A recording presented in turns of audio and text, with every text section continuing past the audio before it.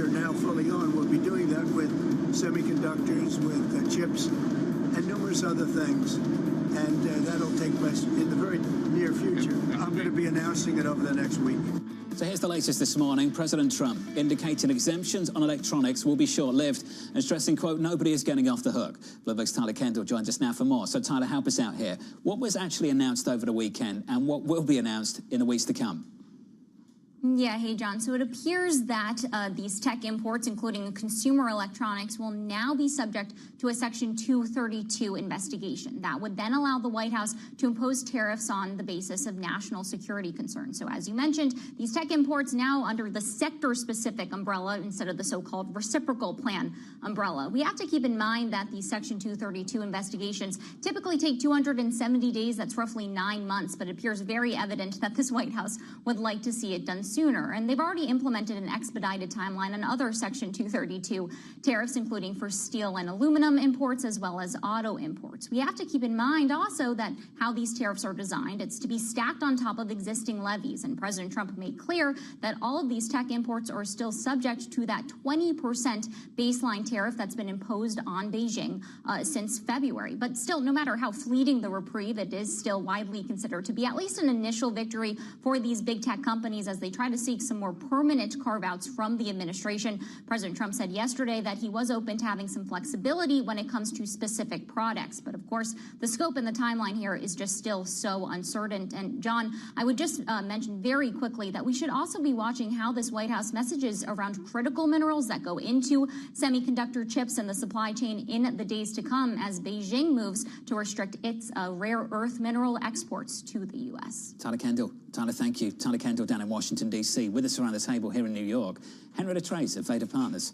Henrietta, good to see you. You too. Let's just get to this. Are we allowed exemptions or not? Do they exist? I mean, under the IEEPA tariffs that went on that are already at 20%, there are no exclusions except in the case of, like, if you're giving a donation from a religious entity. The semiconductors are tariffed. The pharmaceuticals are tariffed. Everything coming in, $498 billion, is effectively tariffed. So it's just going to get worse from here. We're familiar with all these different buckets. Speaking of getting worse, sectoral tariffs. What would they look like, and when will they be announced? So I think that the 232 tariffs are the most pernicious kind that we can get. And in the 2025 environment, 30-day comment periods are pretty much all we should expect. We saw with the auto investigation back in 2019, was it, that they don't even necessarily release the investigation after it's confirmed. You know, they're just putting these tariffs on. So I think for pharma and for semiconductors, the worst case scenario is that sometime in this 30, 60, 90-day window, the tariffs go on, the comment period happens, and the tariffs are on before the summer. What's the strategy here? That's a great question. I mean, they want pharmaceutical manufacture back in the United States. We know that that takes 5 to 7 years to get the various approvals for even opening the facility, let alone having the workers come in and actually do the manufacturing on those kinds of products.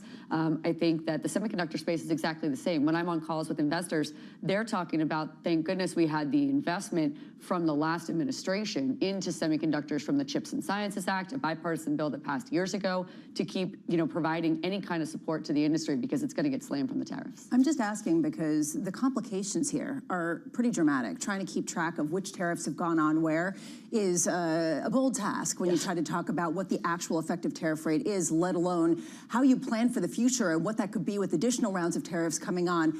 What are people telling you?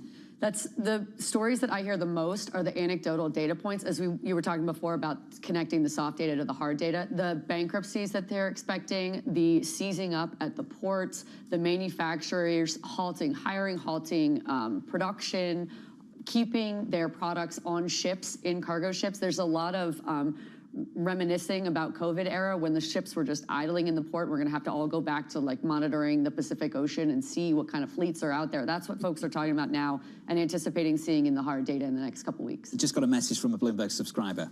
This sounds very chaotic. The market seems to have priced peak chaos is behind us. What are we missing? What are we missing? I don't think the stories have come out yet about how this is going to impact actual domestic manufacturers who rely on foreign imports. You were mentioning critical minerals before. How are you supposed to make, you know, your windshield wiper sensors if you don't have the magnets that go into it?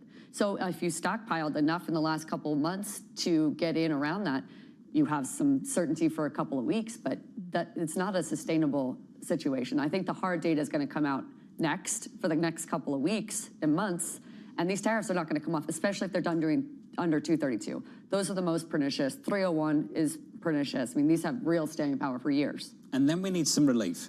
Taxes. What's changing with the tax push at the moment? Man, you know how I feel about this. The tax component, they're now, President Trump is talking about it as tax cuts and deregulation. You are not permitted to pass deregulation via reconciliation instructions, and Democrats will not be working with Republicans on a crypto bill or any other deregulatory legislation. So unless you like the emission standards components, which are going to get reduced in a, $75 a barrel oil situation, you're not going to see a deregulatory push anytime this year. And certainly not until you get certain agency officials seated in their positions in the first place. And then the tax bill, I think, is going to take until the end of July. And as you know, it includes $4 trillion in deficit increases and very little in the way of new stimulus. So I think there's a disconnect between the narrative and reality. Given that, is there a loss of power that Trump is having, or a loss of a clutch over the Republican House caucus? I don't buy that argument. They passed the budget vote last week, and I think that was the biggest hurdle. The next step is, are you going to vote for tax increases on every single American, or are you going to vote for this bill? And that's a cut and dry. The whip is easy. All members are going to support that. There is this theory that if things get chaotic enough, and if some of these proposals are outrageous enough, there is going to be the ultimate check, which is going to come by congressional action against some of these tariffs, or potentially a court action. Do you see any pathway to that, or are people just wishful thinking? No, I see no path for that either. If you can get 6 or 7 Republicans to join on to a Senate bill, that is wildly insufficient. I think that President Trump needs these members through this budget vote that happened last week, and now through, let's call it Memorial Day or July, to pass this tax bill, and then he doesn't need them at all. And no legislation is going to pass. There will be no reconciliation authority. There will be no more legislation, which is, by the way, the playbook from the first term, where we got a tax bill initially and then spent the next 3 years doing tariffs. And that's what I expect here. Just quickly, are we at the point where they're all quoting Treasury yields to each other down on Capitol Hill? No. We're not there yet. I'm not sure we'll ever be there. I wouldn't expect that. I hope we never get there, because if we get there, we've got major problems. Yeah. On one level, I kind of hope that they do pay attention, because it does actually matter. Suddenly, if you have a 50 basis point increase in 10-year yields, that increases by billions of dollars the amount that the United States is paying. So I hope they do quote those Treasury yields. Congress members, if you are listening, please get a Bloomberg terminal. Take a look at that 10-year yield. Take a look at the 30-year yield. There's the sales pitch. I'm right there with you. And plan You get that accordingly. Bloomberg terminal. Clearly, the president was looking very closely last weekend coming into the trading week. Yeah, it got yippy. People got a little nervous, but he dealt with that in one statement, and that's what he said. The issue is, do we have a true sense of where that Trump put is? Do we have a sense of what level, what type of chaos could potentially end up dealing with some sort of response from this administration? Henrietta, it's good to see you. Thanks for having me. Thanks for dropping by. Thank you. Henrietta Trace there of Vader Partners. In just a few seconds, Lisa, we'll be talking about the numbers coming from the likes of Goldman Sachs after what we heard from JP Morgan and Morgan Stanley going into the weekend. Yeah, and the key question for me is how much these really represent the broader corporate American sphere, because right now they are seeing a benefit from increased income payments, and even though they aren't necessarily seeing any kind of M&A boom that a lot of people were expecting, they are seeing equity trading benefits, and so we expect to see that as well from Goldman Sachs. Upside surprise on equity trading. The numbers just dropped. 4.19 billion, the estimate 3.8. The board also approving up to $40 billion share buyback program. We'll have more on this in just a moment. That stock is higher by 4%. Sonali Bassett will break down the figures, and we'll catch up with Joe Cassidy of RBC for reaction. Live from New York, you're watching Bloomberg TV.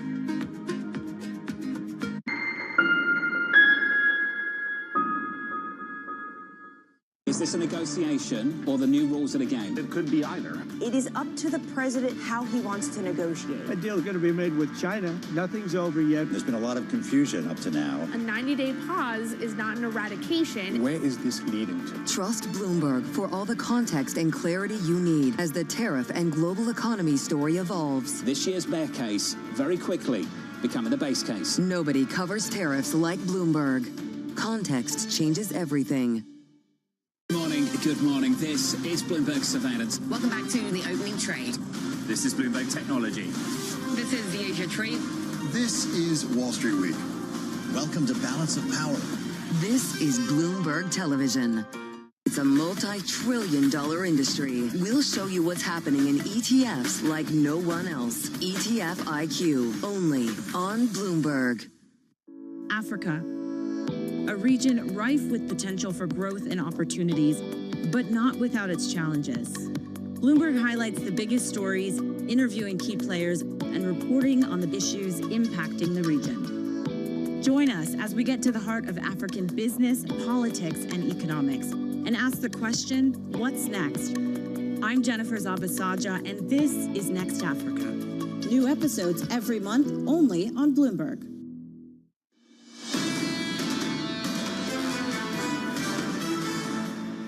Session highs in the equity market, positive here by 1.6% on the S&P, building on the gains of last week. Last week, the biggest weekly gain of the year so far. On the Nasdaq, a 7 percentage point move on the Nasdaq 100 last week. Phenomenal. We add another 1.8% to it. Big tech story in focus this morning after the exemptions over the weekend.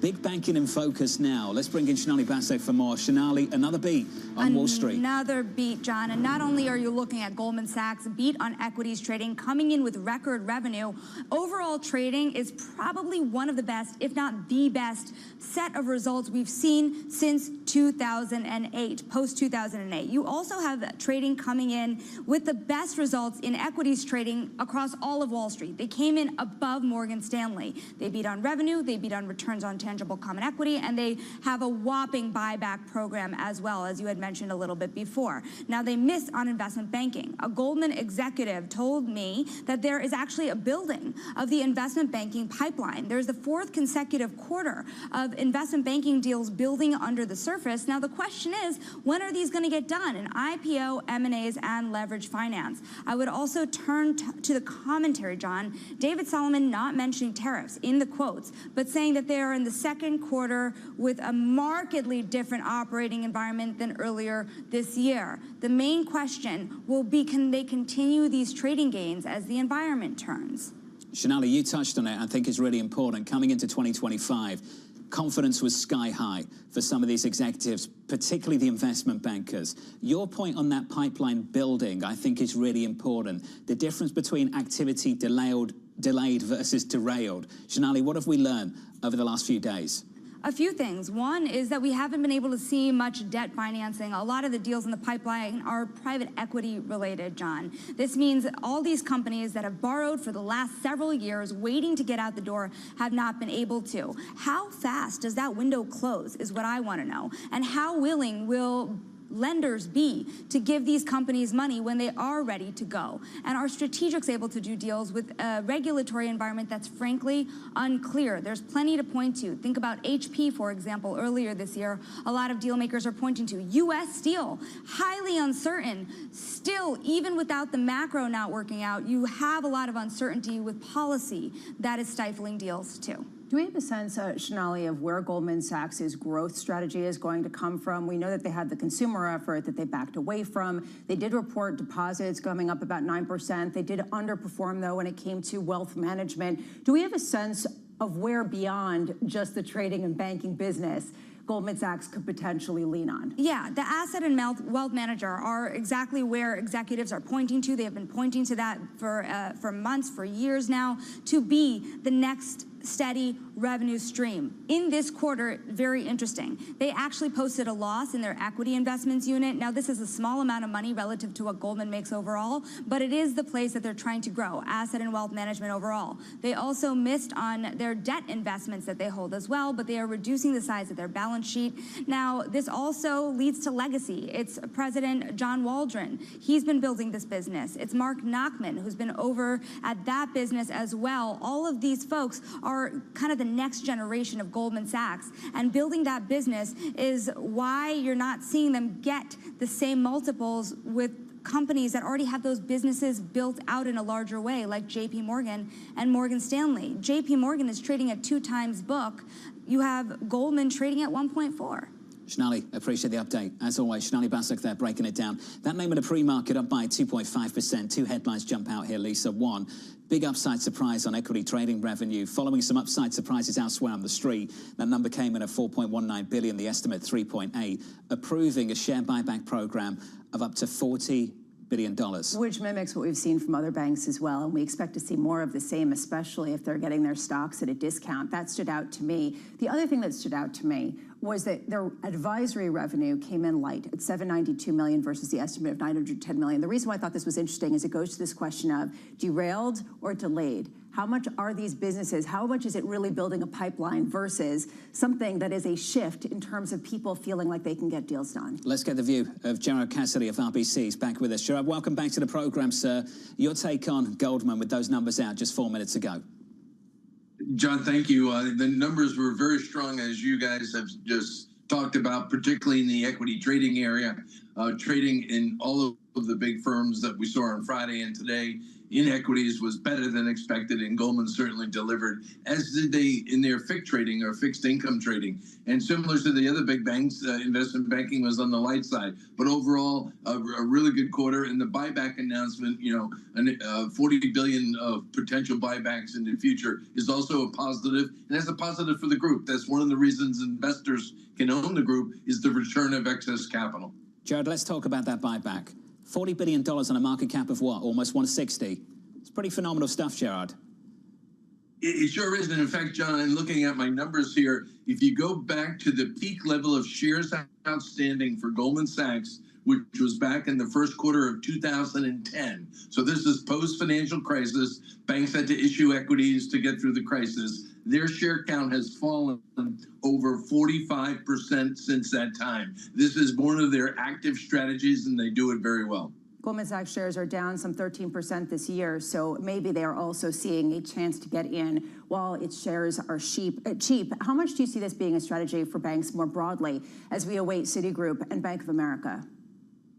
Lisa, I think it's going to be a very important part of the strategy for banks, particularly with this new regulatory environment that we're expecting under Treasury Secretary Benson, as he reduces the corset. He's pointed out that the regulations around the big banks is like a corset. He's going to loosen it up. And in doing so, I think this is going to enable the banks to give back even more capital. So I think it's a strategy all the big banks will be using in 2025. All of the banks have reported really strong revenues from equity trading, little light on the fixed income currencies and commodities trading.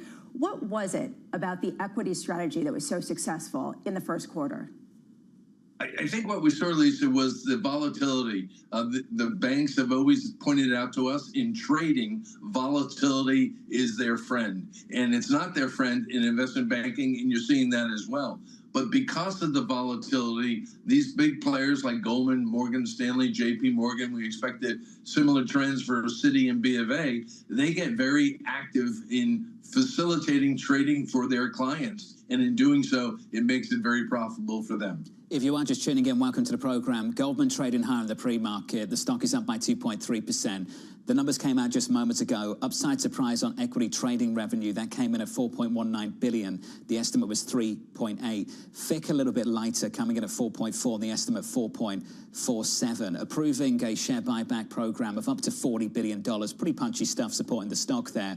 But let's talk about that lighter note, Jared, that you referenced. So investment banking revenue coming in a little bit lighter at 1.92 billion. The estimate 2.03 billion. We've been talking about this subject around this table for the last several months. Into 25, Jared, as you know, confidence sky high that we'd make deals. we'd see IPOs. It hasn't happened in the way that we'd anticipate. And the question we keep going back to, derailed or delayed? Jared, do you have any confidence that it is just delayed? John, I mean, it's a great quote. I think you put your thumb right on it. And at this point, I think it's delayed. Little too early to jump to the conclusion that it's derailed. And the reason being is that many of these companies are waiting for calmer markets, more settling in the markets. Hopefully we'll get that at some point this year after the tariff situation settles down. But once it does settle down, I think you're going to see a lot of activity in the ECM market and the advisory market as well. The advisory market has been subdued for a number of years, and companies have always used acquisitions as part of their organic growth strategy, and we expect that to continue going forward. Gerard, can we spin this into a broader statement here? Because we've seen banks report earnings that are really positive, that have beat pretty much across the board. And then we've heard some negative rhetoric, particularly from JP Morgan's CEO. We've heard the similar kind of uncertainty around tariffs from Morgan Stanley. Is there a note of confidence when you actually look at the nuts and bolts of some of these financial earnings, given the fact that actually credit loss provisions at Goldman Sachs actually went down, not up, that they expect that these deals will come, but just later in the year? Lisa, it's really an interesting question because the core fundamentals in the first quarter for some of the regional banks have already reported, like in M&T this morning, and on the credit, very strong for them. Like you just mentioned on Goldman, Wells Fargo last week had strong credit numbers as well, as did JP Morgan. So I think the core business in the first quarter was very strong. What's so unsettling right now, however, is the uncertainty of what we could see if these tariffs go through and the economy slows. We know a slowing economy will weaken the fundamentals for the banks, but we have to remember the banks today are in such strong shape going into this vis-a-vis what we saw in 2007 when we went into the financial crisis of 08-09. So it's a different ballgame entirely. The banks are strong. They have very strong fundamentals. And most importantly, they have a regulatory environment that's now constructive, not confrontational. In this different ballgame, Gerard, which banks have the best profile to actually profit? Is it the trading banks or is it the lending banks? Is it the Goldman Sachs and Morgan Stanleys, or is it the Bank of America's and Citigroups? It's going to be today, obviously, the investment banks and the trading operations are doing much better than the lending operations. But I think if the economy settles down and we get back to growth and we go back to building out plant and equipment and capital expenditures pick up later this year, then the lending will take over as the driver of the revenues. But as of today, as you saw from Goldman's numbers and the others that have reported, trading has really stood out as the outstanding area to be in today. Let's finish on the names that haven't reported. We'll hear from Bank of America and Citi, Jared, in the next few days. What do you expect to hear now you've seen all of this? I think we're going to see very similar numbers, John, on the trading side. We would expect both Citi and Bank of America to put up both strong equity numbers and the FICC trading numbers. They'll probably come in light on ECM and advisory, similar to, again, the others. And DCM will be pretty strong for those names. More importantly, what's going to be interesting for both of them is what they do on credit. We expect, Citi, because it's global and it has higher risk, maybe the provisioning comes in a little higher, but Bank of America may look more like Wells Fargo or a Goldman in coming in with a provision something a little lighter because their credit is holding up better.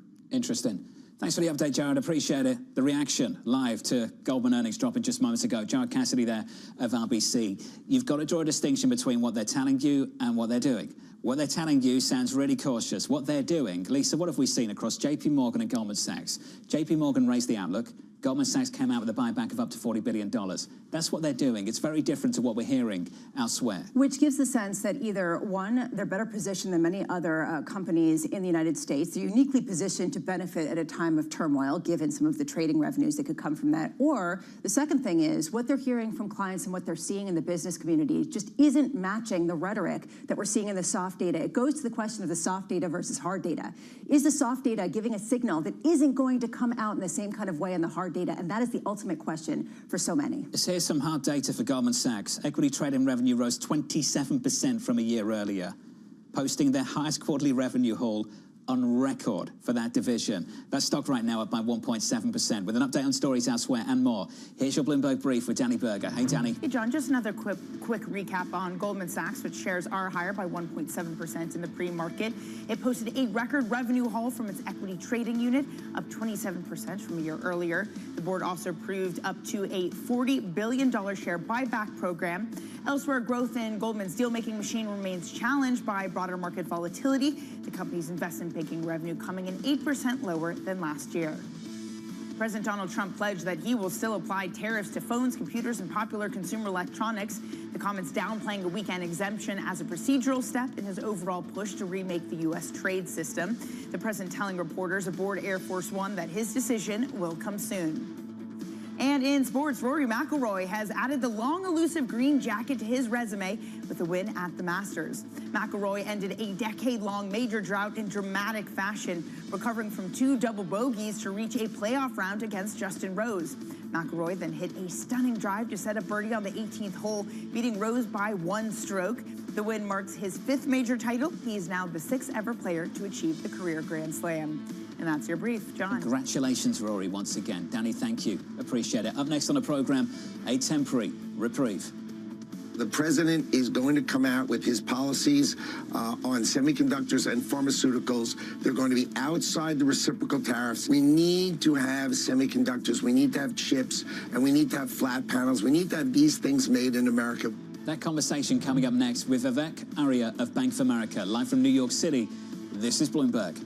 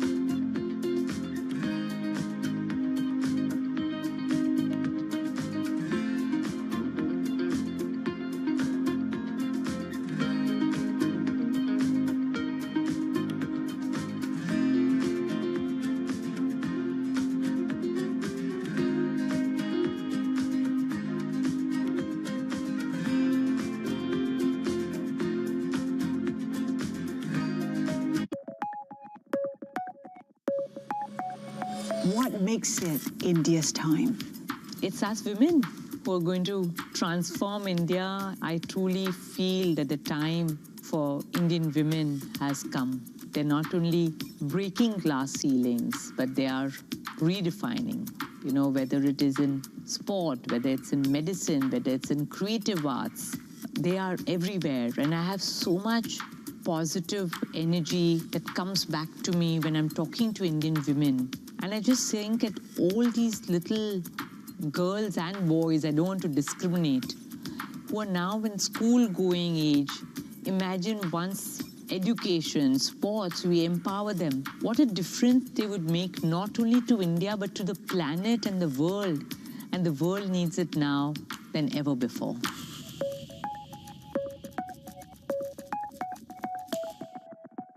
Listen carefully. Can you hear the rhythm in the markets? Not just in the syncopations triggered by inflation, but in the preludes leading to global elections, in the dissonance that moves the Nikkei, and the rising course conducted by AI. There's music in the markets, and if you want to learn to listen for it, we'll show you how. Bloomberg brings you breaking news 24 hours a day. Powered by more than 3,000 journalists and analysts in more than 100 bureaus across the globe. Bloomberg Television. Context changes everything. Bringing you up-to-the-minute geopolitical news whenever and wherever it happens. I'm Stephen Engel at the Forbidden City in Beijing, and this is Bloomberg.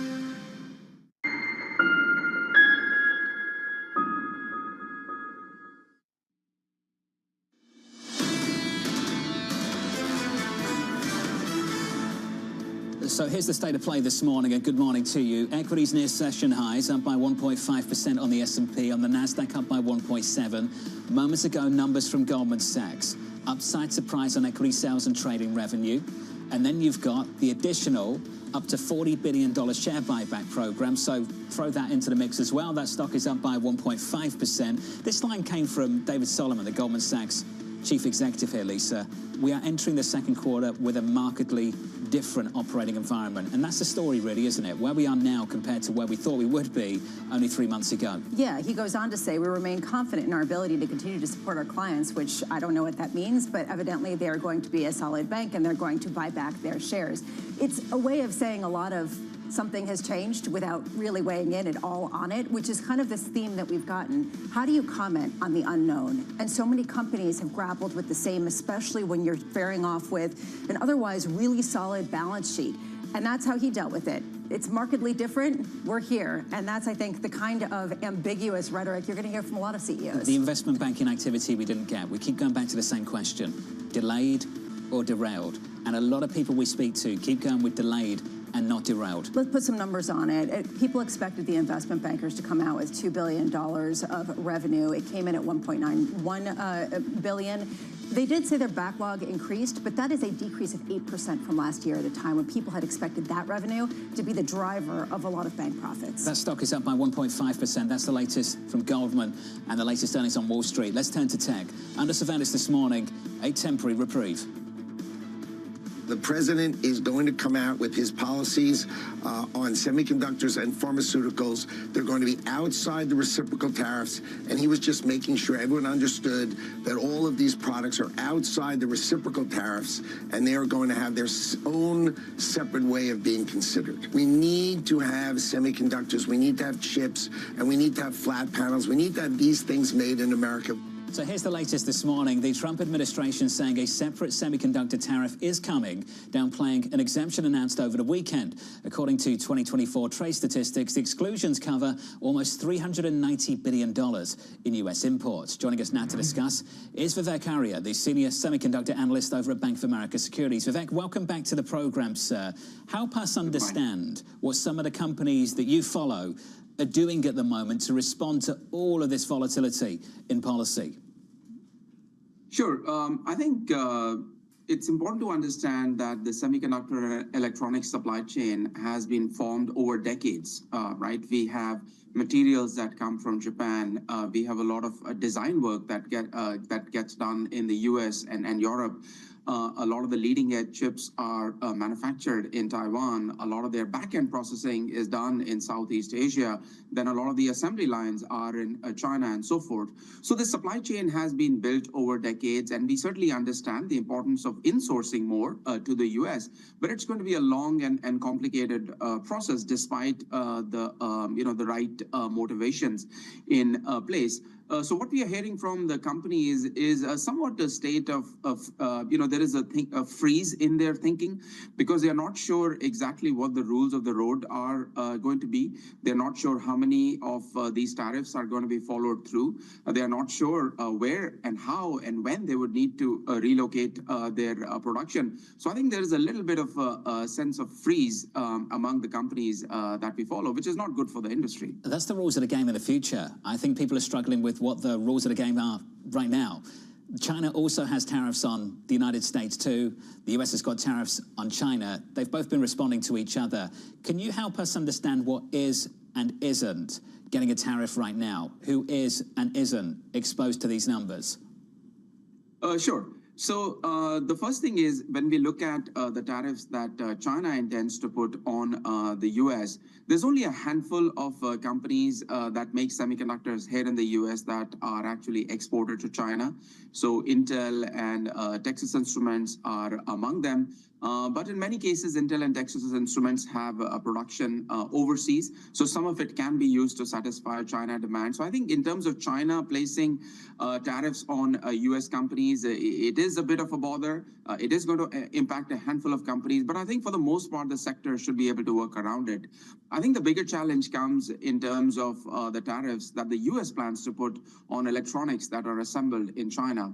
That is where we have exposure for some of the most important categories in electronics, especially smartphones and some level of PCs. And I think that's where the industry is most worried because of how the supply chains have been built up over the last few decades, as I mentioned. I think that's what the industry is really trying to get their arms around and make sure that whatever they can to try and either postpone it or try and minimize their impact. And I think that's why we think that what we heard yesterday, even though it's not the best news in terms of just completely removing all those tariffs on electronics, still a reprieve offers the industry about 1 or 2 months of time to go and make their case to this White House that moving all this production to the US is not going to be that easy. Vivek, we did hear from Howard Lutnick, the Commerce Secretary, that the ultimate goal is to move supply chains away from Southeast Asia. And you've been mentioning this has been a supply chain that's been built up over decades. How long would it take to bring that back to the United States to do as what Commerce Secretary Lutnick said, which is we need to have those things made in America? Absolutely. And I completely agree, I think, with that objective. Just like iron and steel and energy have been important parts of the global and the U.S. economy, and insourcing them has been a priority. I think so is the case for semiconductors, not just for the U.S., but every country in the world, that these are very critical inputs to a very critical electronics industry. And in some ways, we are starting to see that ball move forward. I think the U.S. CHIPS Act was an important first step in kind of getting this process started, which is why we have seen Taiwan Semi start to invest in fabs in Arizona. And they renewed and expanded their commitment to $165 billion under the Trump administration. We have also seen media reports about TSMC wanting to perhaps do a joint venture with Intel. I think that can also move the ball forward. But I think it's important to understand that these things don't happen overnight. Building a leading edge fab can take years. It can cost over $20 billion.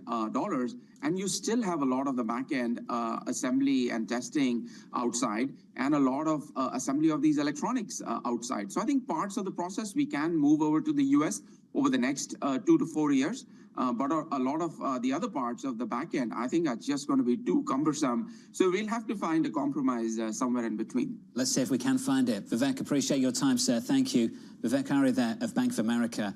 Lisa, they've correctly identified the issue. This is a national security problem.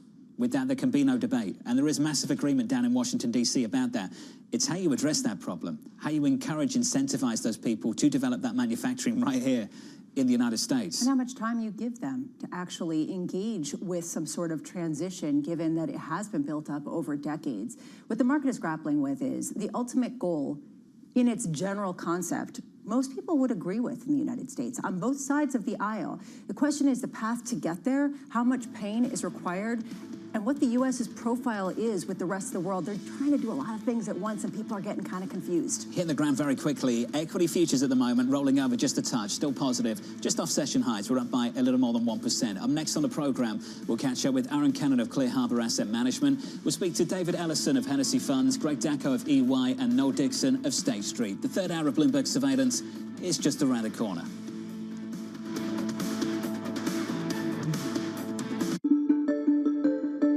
Davos, you were asking a question of President Trump, and he didn't quite answer the question, and he asked you a question. So the question he asked you was something like, why are you not banking certain groups?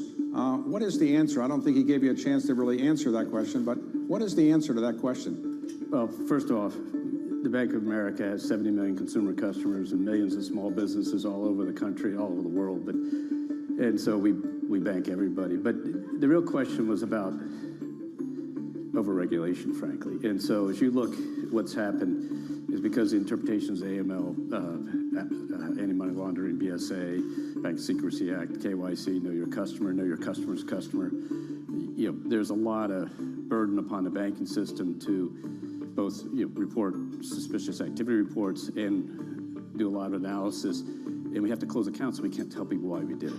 And often we're told by authorities to close accounts.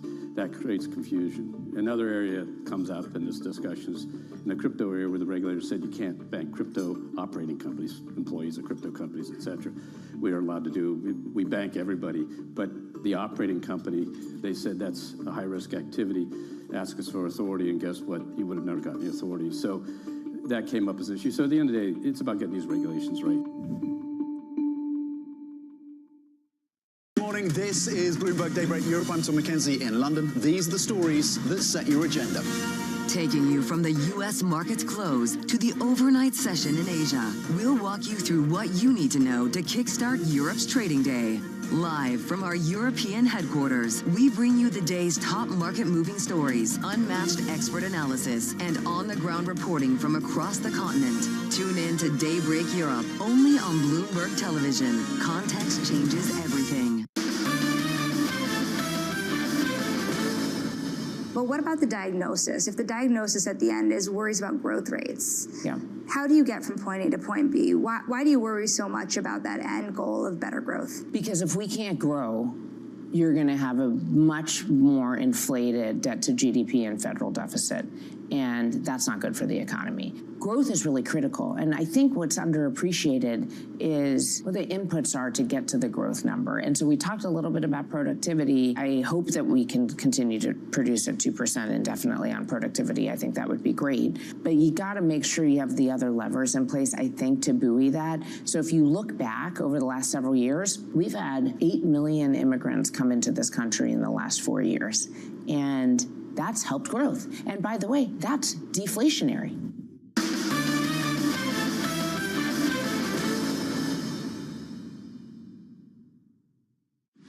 Tune in to Bloomberg Business Week Daily. We got to talk crypto. From the magazine that helps global leaders stay ahead. What's the conversation around your company? Bringing you insight on the people, companies, and trends shaping today's complex economy. Planning very big things. A new level of premium. Plus global business, finance, and tech news as it happens. The floodgates of innovation are going to open up. You can't fake passion. You either are or you aren't. Bloomberg Business Week Daily, only on Bloomberg.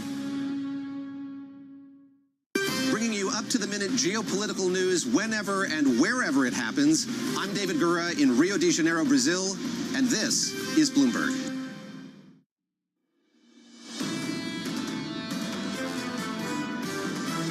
If we've got a world of higher uncertainty, probably higher volatility, slower growth, you've got to adjust the portfolio accordingly. It's more likely that we revisit the lows than we don't. It's going to be hard to find a bullish or optimistic investor right now. We have to be careful not to read too much into one-day moves and extrapolate them into the future. What we're looking for is a very choppy year, unfortunately. This is Bloomberg Surveillance with Jonathan Farrow, Lisa Abramowitz, and Anne-Marie Hordern.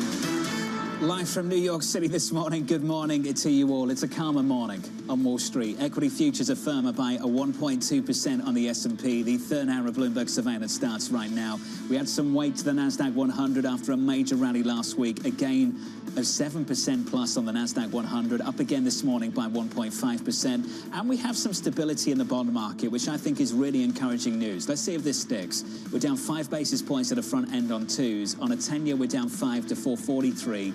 Following a 50 basis point move higher just last week alone. Coming up through this week, you'll get more earnings and you'll get more data. We'll hear from Bank of America and Citi tomorrow. You'll hear from United Airlines too. Then on Wednesday, you'll hear from the chairman of the Federal Reserve, Chairman Powell, later this week. How much confidence can he give that the Fed truly will step in at some point should that sell-off in the bond market continue? You mentioned that stability. That is key for so many people this week. If we get that stability, can you breathe life into this idea that we just saw a leveraged fund unwind? To me, my most interesting part of this week might be United earnings. If you get them after the bell tomorrow, how much do you get a repeat of what we saw from Delta? Let's unpack that. If you lose confidence in the risk-free asset, how can you have confidence in anything else? And certainly last week, confidence was damaged. The confidence then needs to come from the earnings and come from the data. I'm with United Airlines and then retail sales later this week. How's the consumer doing? We know how they feel. It's not great right now at all. What are they actually doing? It goes to the gap between soft data and hard data. Soft data, the sky is falling. Hard data, as we hear from all of the banks, things are okay. We're still here. We're making money. There is a question going forward of when you start to see that shift. United might follow in Delta's footsteps, where they are seeing a market shift when it comes to some of the deterioration, particularly in domestic travel. I'm also interested in international travel, and you kept mentioning this. Are inbound flights going down from international visitors to the United States at a time when potentially this is a U.S.-centric problem at a time where the issue is U.S. policy uncertainty? So that's the story for the week to come. Let's talk about the uncertainty over the weekend. Got to make sense of this. So over the weekend at the beginning, it looked like we had exemptions, some big wins for the likes of Nvidia and Apple. And then the Commerce Secretary, Howard Lutnick, came out and said, no, those tariffs are just going to come from a different bucket. Jamieson Greer, the U.S. trade representative, saying it's not really an exemption. That's not even the right word for it. So to me, this all kind of summed up as, don't call it a pivot. Don't say he caved, because this is just the beginning, and we're just shifting the bucket from the 145% bucket to the 20% fentanyl-related bucket on China.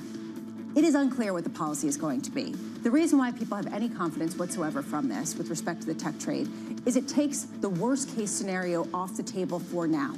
That tail risk of a potential complete decoupling, immediately severing with no discussion, is now not on the table. There are 90 days for tech giants to get to Washington, D.C., get their lobbyists in place, and get a sense of what actually makes sense for them to have enough breathing space to bring production back to the United States and comply with some of the ultimate objectives of this administration. In the short term, as we often say, markets care about better versus worse. Things are better. In the long term, we have to think about good versus bad. For some of these companies, this is not good, that's for sure. It materially increases the cost of their doing business. And even more than that, what we have heard repeatedly from guest after guest this morning, how do you put a number on these tariffs is one thing. How do you put a number on what tariffs will look like in a month, 2 months, 3 months? And then how do you plan accordingly for supplies, for pricing, for staffing, for store placement? It becomes paralyzing for a lot of companies. It's going to be a long year, isn't it?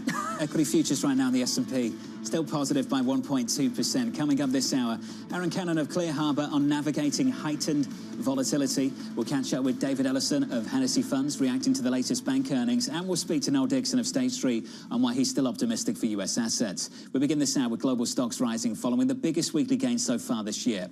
Aaron Cannon of Clear Harbor Asset Management writing, we continue to anticipate elevated volatility, not only as tariff policy evolves in the coming weeks, but also as mounting recessionary headwinds signal further economic deterioration. Aaron joins us now for more. Aaron, welcome to the program, sir. I'm pleased you included that last line, because this is increasingly going to become more and more important in the weeks to come. What are you anticipating from the hard data for the United States? We started to see some signals late last week with the University of Michigan, Jonathan, of course, indicating that consumers are really on their heels now. They're anticipating higher prices due to this tariff war, and they anticipate employment to start to soften. We're going to see probably the employment side through jolts later on in the month, almost the last couple of days of the month. And we're not going to see real inflationary data until the last bit of the month. So this is going to wait into May. But I do think the central question around this tariff debate, Jonathan, if I could, is important leg of the stool, as articulated by the administration, is the degree to which tariffs are going to be revenue generative and help offset this massive fiscal deficit that we have running at, call it 7% of GDP. Where they seem to be backing down is on that important leg of the stool. And I think to the extent that they continue doing that, that could trigger further risk on movement. To the extent that they continue to muddy the waters as they did over the weekend around objectives, that could prove another de-risking event where gross de-risking happens and degrossing and de-risking happens going forward. De-risking hasn't benefited treasuries, so let's maybe go to that story. Let's say the hard data catches down to the soft data. I don't know if that's your base case, but I just want to explore the possibility, the very real possibility that develops. How do you think treasuries will respond in that moment? Have we moved on from the events of last week? How do you think about the situation at the moment, and do you believe there has been a real reassessment of America's safe haven status or not? I think our brand has been marred a bit, and I think it can be recovered. I think it's around the tariff question, we're very concerned. You had a weaker dollar last week, and you had higher interest rates. I mean, that's not a healthy. We know Bessent's objective is to reduce rates. We know Trump's objective is to reduce interest rates. He's been twisting the arms of the Fed to reduce interest rates, and certainly that meeting in the Oval Office that has been well reported now was heavily around a dislocation in the fixed income markets. I think if we continue along this current path of uncertainty where objectives are not stated, I mean, gosh, we sit around the kitchen table and we state objectives when we communicate with our children.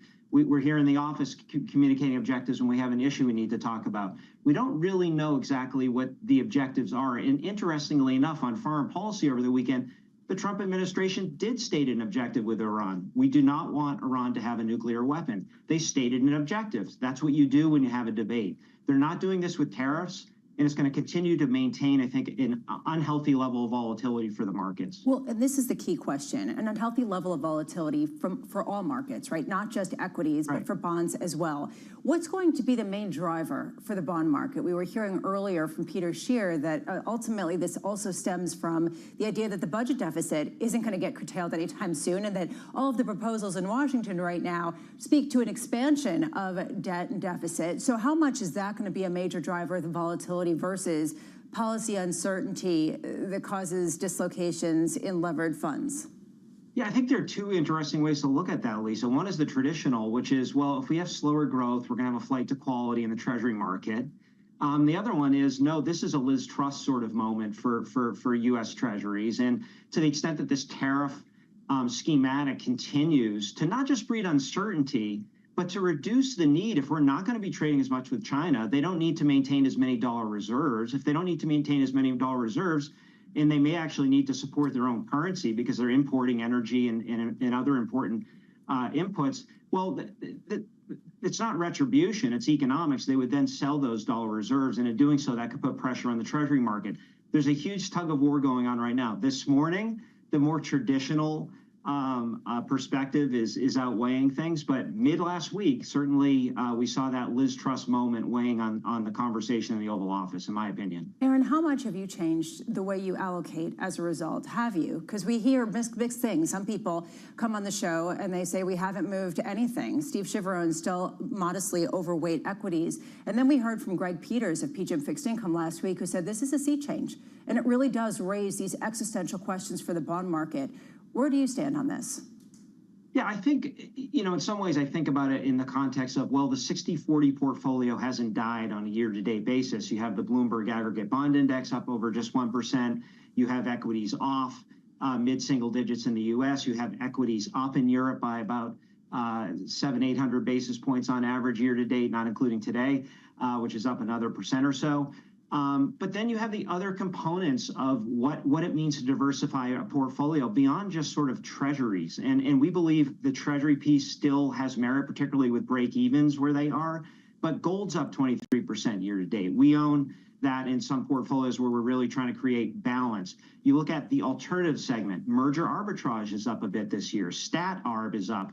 Market neutral long short equity is up. So there are different ways to diversify the portfolio that are working really well this year and create real ballast against this sort of long duration treasury volatility and economic uncertainty that's feeding into lower equity levels, at least on a year-to-date basis in the U.S. Let's just finish on gold. 32.25 this morning, down a touch. We're down 0.4%. Nothing compared to the rally and the all-time highs we've seen. Goldman out. Goldman's saying we could test 3,700 an ounce by the end of the year and maybe go even higher. What's benefiting gold, Aaron, from your standpoint? What's driving the success of the yellow metal? So gold's an alternative currency. We know the Dixie, the dollar index, was at 109 not too long ago. Back in January, it's at 99 handle today. So weaker dollar tends to, on the margin, be a net benefit for gold. But I think there are other things going on here. We have central banks that are looking for alternative ways to allocate their reserves outside the dollar. I mean, part of that is due to this tariff spat, which is just accelerating that trend. But this started back in 2022, Jonathan, when Russia invaded Ukraine and we shut off dollar access to Russia. Think other countries like China, Iran, maybe even some of our, countries that we do trade with, but that may be a little skeptical of our relationship around Saudi Arabia, they seem to be accelerating purchases of gold going forward.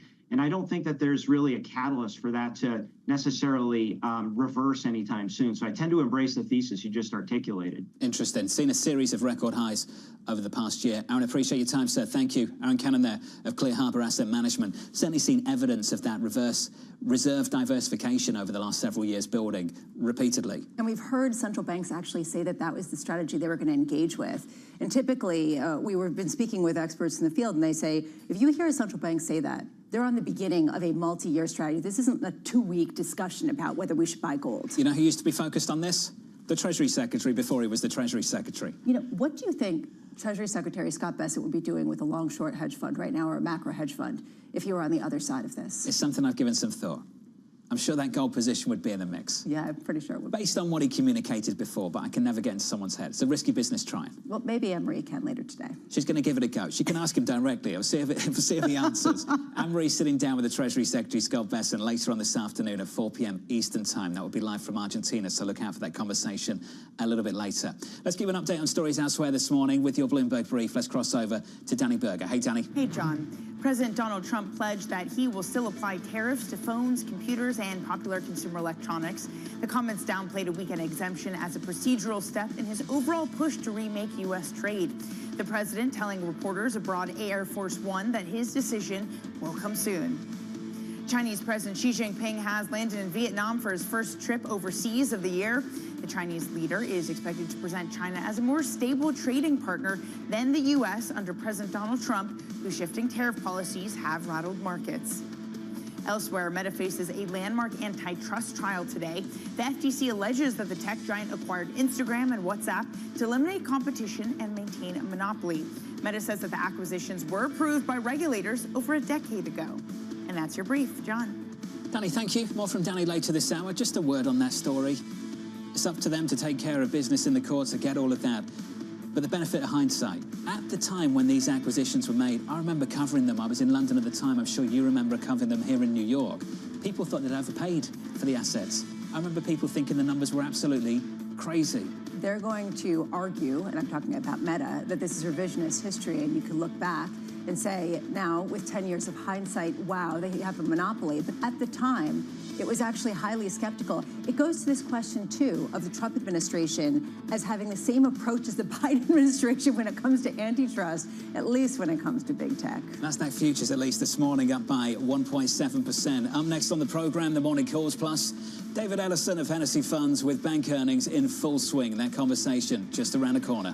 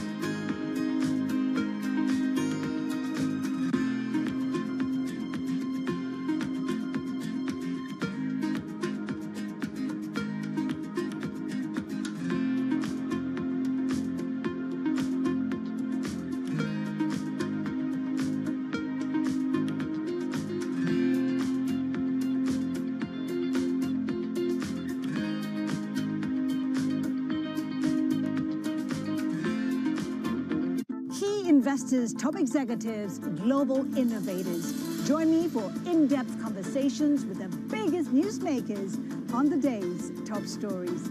Insight with Haslinda Anand, only on Bloomberg.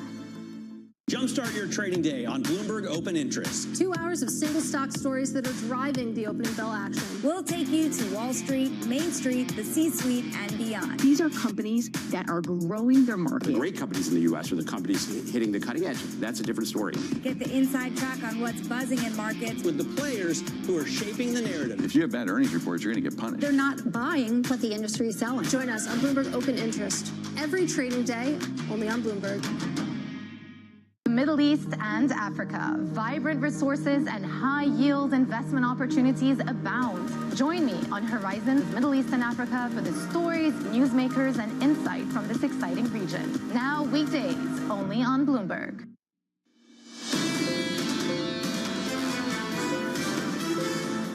Mike Wilson and Morgan Stanley summing things up pretty well this morning. The worst may be over, but the coast isn't clear. Certainly feels that way. Equity futures on the S&P up by 1.3%. The squeeze continues. The Nasdaq 100 up by 1.7%. The Russell doing okay, up by 1 full percentage point. That's the price action. Let's get to some morning calls. First up, Wedbush reiterating its outperform rating on Apple. The analyst Dan Ives citing US tariff exemptions on tech components. Apple is up this morning by 6%. Your second call from Goldman, downgrading higher to sell, highlighting an increasingly uncertain backdrop for demand.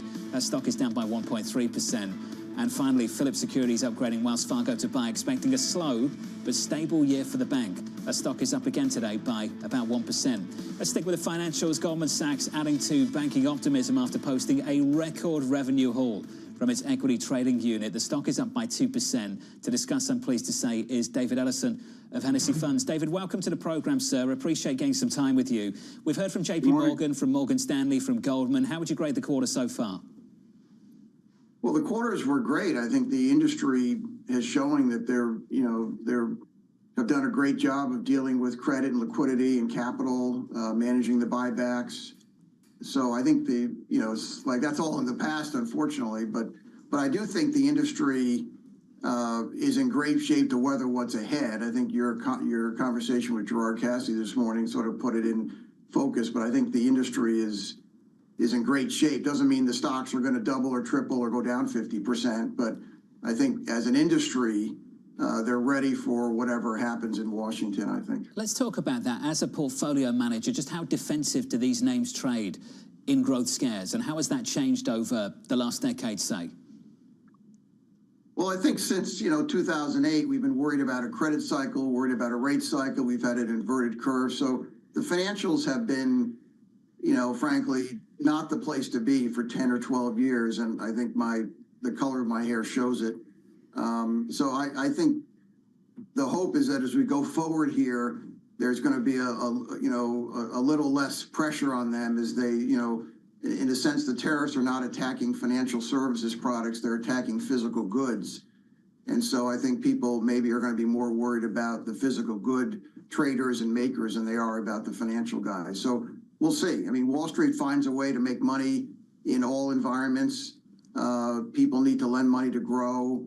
The economy's not going to go to zero.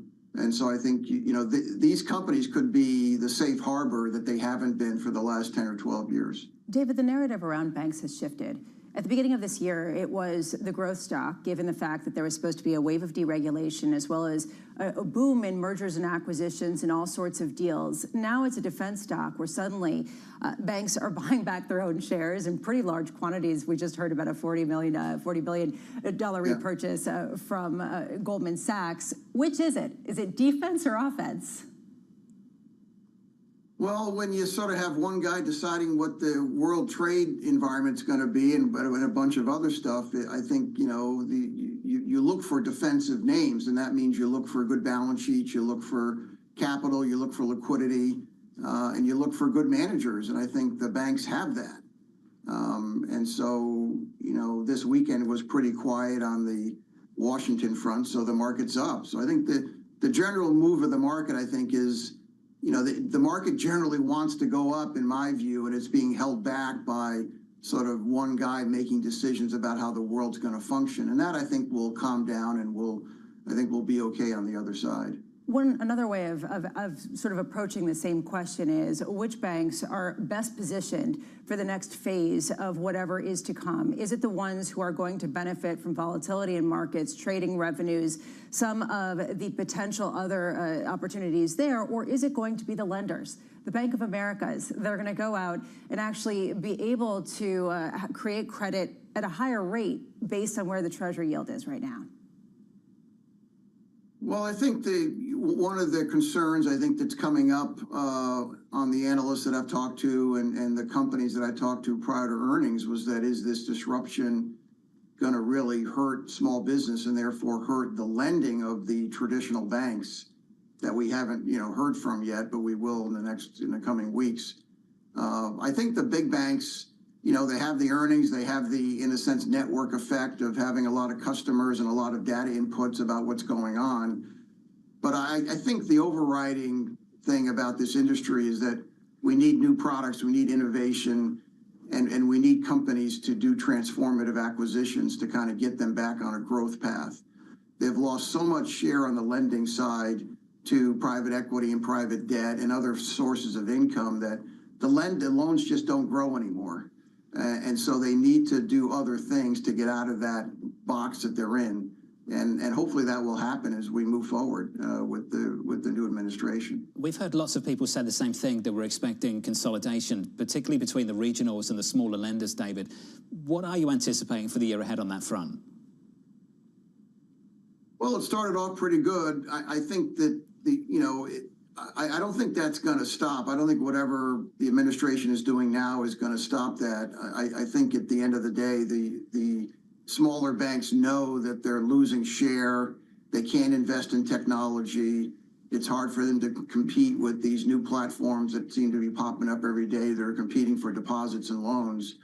And so they need to get bigger. And that's, sort of the process that you see that in the marketplace. The bigger companies have the higher valuations, and the smaller companies are being left behind. So I think the market is telling you something, and hopefully the managers are hearing that and seeing it. David, appreciate your time. Tricky moment for you all, I'm sure. David Ellison there of Hennessy Funds. You do all the work, and then one man comes out with a tweet, a post, an X, or whatever, a truth. Yeah. And all of a sudden, everything gets turned upside down. You can feel the frustration. You can feel it in the notes. You can feel it in people's faces. You can feel it when people come in and they say, oh my God, this was the longest week ever. And you can say, all right, it's not that bad. At the same time, it is very difficult to have any kind of overarching thesis or theory that you can follow if it all can get upended by a series of conflicting narratives that then leave you throwing up your hands and saying, I have no clue. I keep going back to that quote from Stuart Kaiser of Citi because I think it addressed this moment so well over the last week or so. The least satisfying 5% plus rally on the S&P in recent memory. And we talked about it yesterday evening in our special programming. If you asked people to guess where the S&P 500 finished last week, if you didn't know, I think you might have thought the market was down and not up. It just felt brutal at times. Chetan Aya over at Morgan Stanley, who is one of their lead economists, said without a doubt it was the most stressful week of my career in financial services. And yes, he has been on the street since going back decades and before 2008. So it raises this question. Is it just that it feels that way, or is it actually going to lead to some sort of financial consequence akin to those moments? It sort of goes to the hard versus soft. Yeah, repeatedly. And again, repeatedly, it goes down to, are we just feeling bad, but it's not that bad? And it goes to a psychology game. A lot of that stress has been in the bond market. I can't offer you the kind of therapy that Lisa might be able to offer you. No, I can't offer. No therapy session right now? I'm going to look for, a good one. Bond yields are down this morning, so there's your good news. Your bright spot. Yields are lower by 4 basis points on a 10-year. 445 at the front end of the curve. 2-year yields are lower too. At the long end of the curve, stabilizing is the way to put it here. Yields down just a single basis point on the 30-year after a big move higher last week.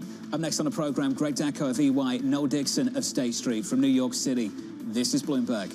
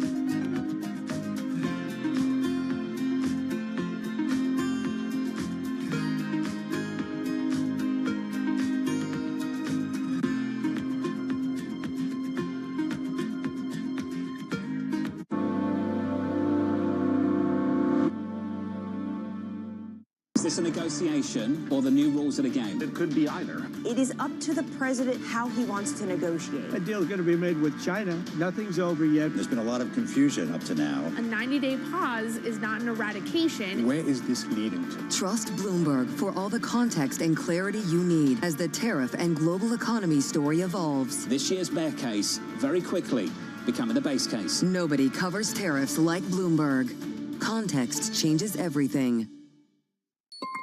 Asia is at the forefront of some of the world's biggest stories. And we're here, where the action starts in Sydney. And in Tokyo, get ahead as the global trading day begins. The Asia Trade, weekdays, only on Bloomberg. U.S. jobs numbers are released. Bloomberg has the report under surveillance with crucial data and expert analysis at terminal speed. Nobody covers Jobs Day like Bloomberg. Africa, a region rife with potential for growth and opportunities, but not without its challenges.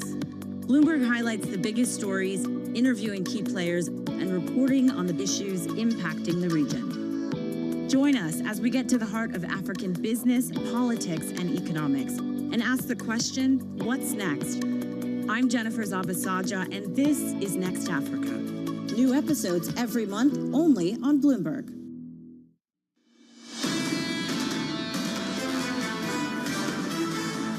Last week, your scores, the S&P up by 5.7%, the NASDAQ 100 up by 7.43%.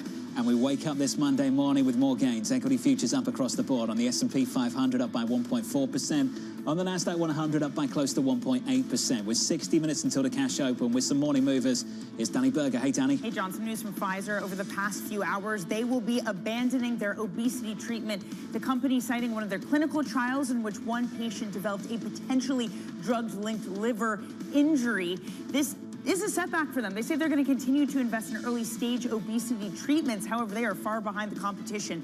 Those shares down about 0.2%. To the upside this morning, much like you saw in general tech, Apple shares higher, 6.5% in the pre-market trade over those exemptions for electronics when it comes to tariffs. Of course, they might still have tariffs to come. It is just temporary, but for now, we're off to the races with this company down 20%, more than 20% from its peak, I should say. So a lot of bad news already priced into the shares. Rounding things out with more good news from Goldman Sachs. We got their earnings about an hour ago. Those shares are up 2.5%, much like their peers that we've heard from so far. A huge haul when it comes to equity trading. In fact, a record over the quarter that helped make up for some quieter activity on the deal and investment banking front. John. Danny, thank you. Appreciate it. Certainly on Wall Street, no big scares so far. Bank of America and Citi still to come, but so far, pretty good. It seemed like equity trading, as Danny was just saying, very much the star. Really interesting, mixed messages when it comes to the build in provisions for credit losses. We saw builds over at JP Morgan and some others. We did not see that at Goldman Sachs. How much noise are they preparing for versus actual weakness? Look out for numbers in the next 24 hours or so from Bank of America and Citi. You'll hear from United Airlines as well, so lots of earnings still to come. Lots of data too, and a very important address coming from the Fed Chair, Jay Powell. Mike McKee has more. Good morning, Mike. Good morning, guys. Well, the question here, obviously, is do the tariffs still continue to overshadow the economic data? Because, as you mentioned, we've got some important numbers coming up, including one today that maybe you don't think about all that much, and that's the New York Fed inflation expectations number. We've seen big jumps in the Michigan numbers that have scared the Fed a little bit. Now, do we see that today in the New York Fed number? That would get people's attention. Import prices tomorrow. Everybody wants to know what effect the tariffs are having. And then, of course, retail sales and jobless claims later in the week. Those are going to be big deals. Friday, at least, we get off. No economic data on Good Friday. But a lot of Fed speak to go along with all this data, including, as you mentioned, the chairman of the Fed, Jay Powell, speaking on Wednesday. But pay attention to Chris Waller today. He tends to move the markets with his economic outlook, and he hasn't given one in a little while. So a lot of Fed speak to follow through on all of this data, including one on Friday, unfortunately. And I'll leave you with one chart here, guys, to show you what the impact tariffs can have. This is the 30-year mortgage as tracked by Bankrate. You can see how it was going down and leading people to think maybe the housing industry could come out of it. But look what happened over the past week. President Daly needs a day off. What's that about, hey, Mike? A speech on Good Friday. We'll reach out to her and find out. We did hear from Kashkari over the weekend. I'd love your reaction to this. I think investors in the US and around the world are trying to determine what is the new normal in America. We have zero ability to affect that destination. Has he got a lot of company on the FOMC? Yeah, it's pretty much unanimous in that view, John. Everybody thinks that at this point, the Fed is completely sidelined because it has zero visibility. If inflation goes up, they can raise rates or leave them where they are. If we see the economy fall off, they can cut rates. But right now, they have no idea what's going to happen. Mike McKee, none of us do. Appreciate it, sir. Thank you. Which is why consumer confidence has been hit so much. Mike mentioned the numbers coming from the University of Michigan on Friday. A much-watched anticipatory read on what's going to happen with inflation, what's going to happen with things like unemployment. Inflation expectations are now at multi-decade highs. And anxiety about unemployment near levels we haven't seen since 2009. Greg Dacko of EY writing the following: higher tariffs will lead to a renewed inflation impulse in coming quarters, with core CPI inflation likely to end 2025 in the 3.5% to 4% range. Greg joins us now for more. Greg, welcome to the program, sir. Can we start on Friday? The numbers from you, Mitch, are absolutely awful. Do you anticipate seeing any of that in the hard data in the months to come? Yeah, I certainly think we're going to see some of that sentiment reading filter through to real economic activity. Already one of the factors that we've seen is the fact that many businesses are in a wait-and-see approach. Many consumers are more and more hesitant. And let's not forget that we were already in an economy that was slowing before all of this tariff uncertainty and the implementation of massive tariffs across most trading partners. That's very important. The pillars of the U.S. economy were not collapsing, but they were becoming more fragile. And that type of environment, on top of which you add an inflationary impulse from tariffs and more hesitancy from businesses and consumers, risk pushing the economy towards a more than desired, for sure, but very severe slowdown in terms of economic activity. Greg, where are we going to see it first, given the fact that people are raising questions? We were talking to Neela Richardson of ADP earlier, saying we probably aren't going to see it in the employment rate, certainly not in the next month, maybe not the next few. I think we're going to see it in the unemployment rate in the next few months, because we were already in an environment where we had a slowdown in hiring. Businesses and business executives were very cautious as to who they hired, for what skills they hired, and at what salary they hired. Going forward in an environment where there's tremendous uncertainty about final demand growth, about CapEx, and about hiring, and potentially more strategic decisions to essentially right-size labor forces across multiple sectors, you're going to see some movement up in the unemployment rate. Sadly, that's a consequence of a higher inflation, less growth environment, and I think that's going to be the case that leads to even more caution on the part of consumers, because on top of inflation, consumers will be facing this environment of weakened employment conditions. Greg, how do you square that negativity with some of the rhetoric that we're hearing from companies on their earnings calls? Certainly not, Goldilocks, certainly not coming out with these really bright prognostications, but certainly showing a lot of strength in their numbers and in their forecast for what's to come. It seems like we're numb, essentially. We're numb to an environment where we now have tariffs, despite all of the movements, tariffs that are at a 100-year high. I think people tend to forget that, and that's because we've seen all of these different announcements and walkbacks in terms of tariffs, an on-off approach that is extremely confusing and somewhat numbing. So I feel numb today on Monday, because we are in this environment where you were just talking about the stock market performance last week, positive, ending in the green, yet we have the highest tariffs we've seen in 100 years, and we have businesses that are very much hesitant to do much of anything, whether it's CapEx, hiring, or deal making. There's a lot of hesitancy until there's going to be more clarity as to the longer term picture with regards to tariff. That's all we need. We need more certainty as to what the landscape's going to look like, not just for the next day or two, but for the next few years as to what the landscape's going to look like. And that would in and of itself be a big support to the economy, because right now uncertainty is at an all-time high. We have volatility that is at an all-time high, and all of those factors are constraining economic activity. Greg, I'm pleased you went there. I think these numbers are so large, they're almost impossible to really internalize. Really difficult to try and process. To look at the numbers on China now, this came from Capital Economics, and we keep going back to this quote from Paul Ashworth.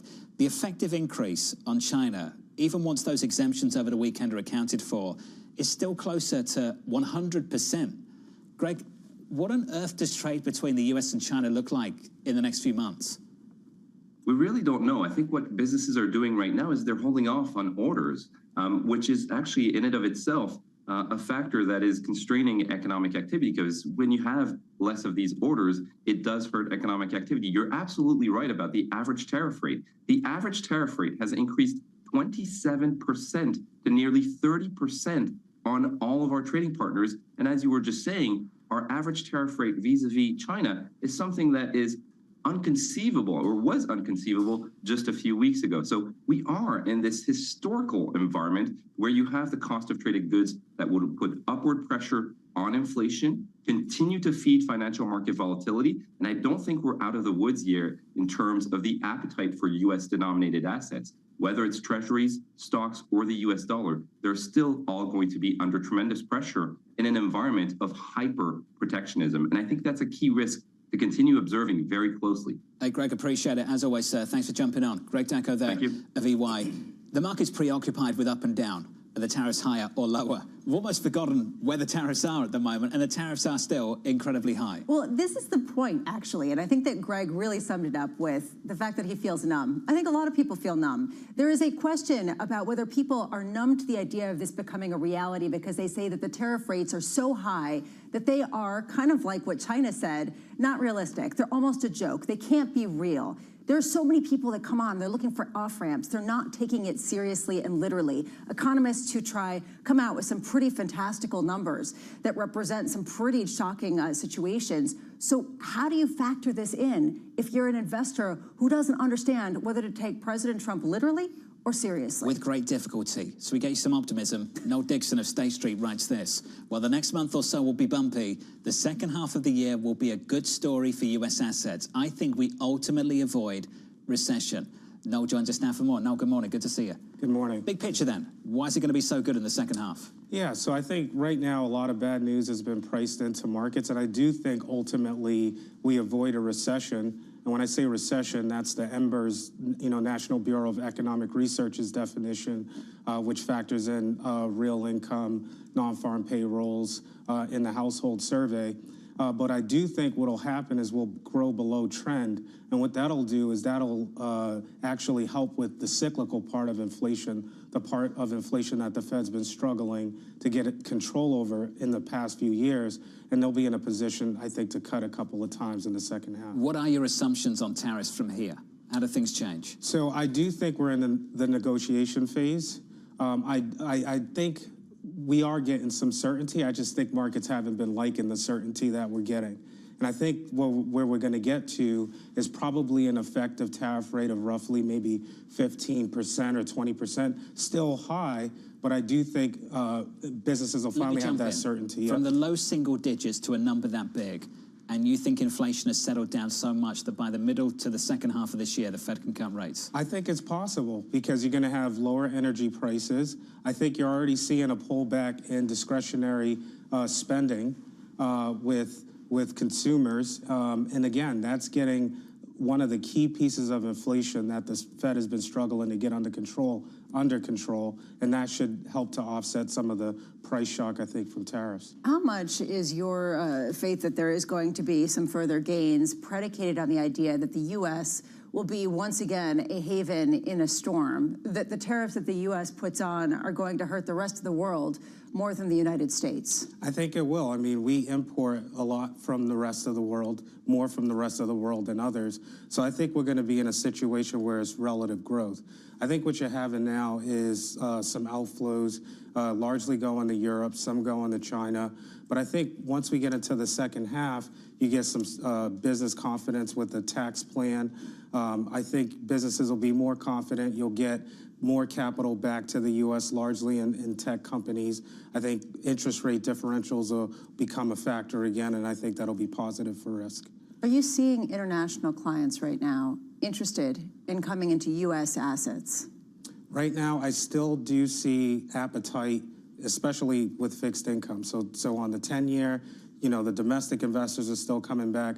I think a lot of foreign investors are still buying the long end of the curve, which tells me that there's still confidence in the U.S. So what do you think is wrong about this narrative that the uncertainty itself if continued, and it is likely to continue at least in the very near term, is going to suppress growth disproportionately and actually have a greater chance than not of putting the United States into recession? Yeah, so I think, again, we avoid recession because I think the tax plan from the Trump administration will put a floor under, at least for the bottom 2 quintile of income earners. And then you have deregulation, and businesses will have some confidence with things like the 100% bonus depreciation. I think with the consumer, employers, they may not be hiring, but they're not laying off. I think they learned from the pandemic that it's really costly to rehire workers that you laid off. And our labor force is still actually short, still about 1.5 million to 2 million workers. So there is some demand for labor. No, it's good to see you. Constructive view. Thank you, sir. Thank you very much. Noel Dixon there of State Street. Equity futures at the moment higher by 1.6%. The opening bell is about 46 minutes away with an update on stories elsewhere. With your Bloomberg brief, here's Danny Berger. Hey, Danny. Hey, John. Intel has entered into a definitive agreement to sell 51% of its Altera business to Silver Lake, shares up 4% in the pre-market. The transaction values Altera at $8.75 billion. Intel says the deal is expected to close in the second half of the year. Elsewhere, Japan's prime minister says that the country is in no rush to compromise in U.S. trade negotiations. The country's chief trade negotiator is set to visit the U.S. Wednesday through Friday to discuss levies on cars, agricultural products, and foreign exchange with Treasury Secretary Scott Bessent. Blue Origin is set to launch a high-profile all-women crew on its flagship space tourism rocket today. The crew includes pop star Katy Perry and Jeff Bezos' fiancée, Lauren Sanchez. The flight's expected to take off at 9:30 a.m. New York time from West Texas on a roughly 11-minute trip. And that's your brief, John. Hey, Danny, thanks. Big update there. Appreciate it. Got thoughts, Bramo? Wow.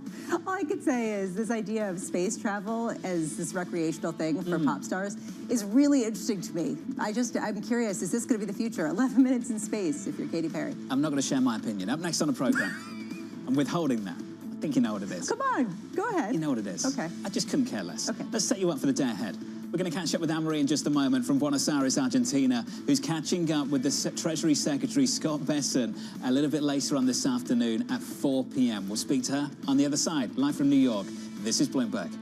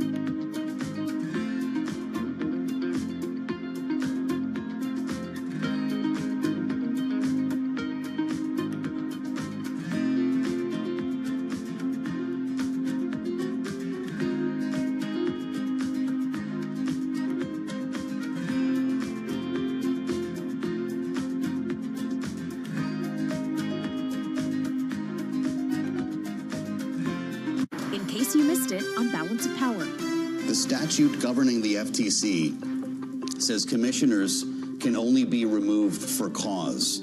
Was there any indication that you were fired for cause? No, there was no claim of cause, and the statute actually specifically says cause means neglect, malfeasance, or inefficiency, and there was no claim of any of those. So as we talk about some of those other examples, keeping in mind we are having this discussion with you on the day we got a Fed rate decision, is this directly applicable to what is supposed to be an independent central bank? Is that one way in which market participants should be looking at this? Yes, that's exactly right, and market participants should be scared.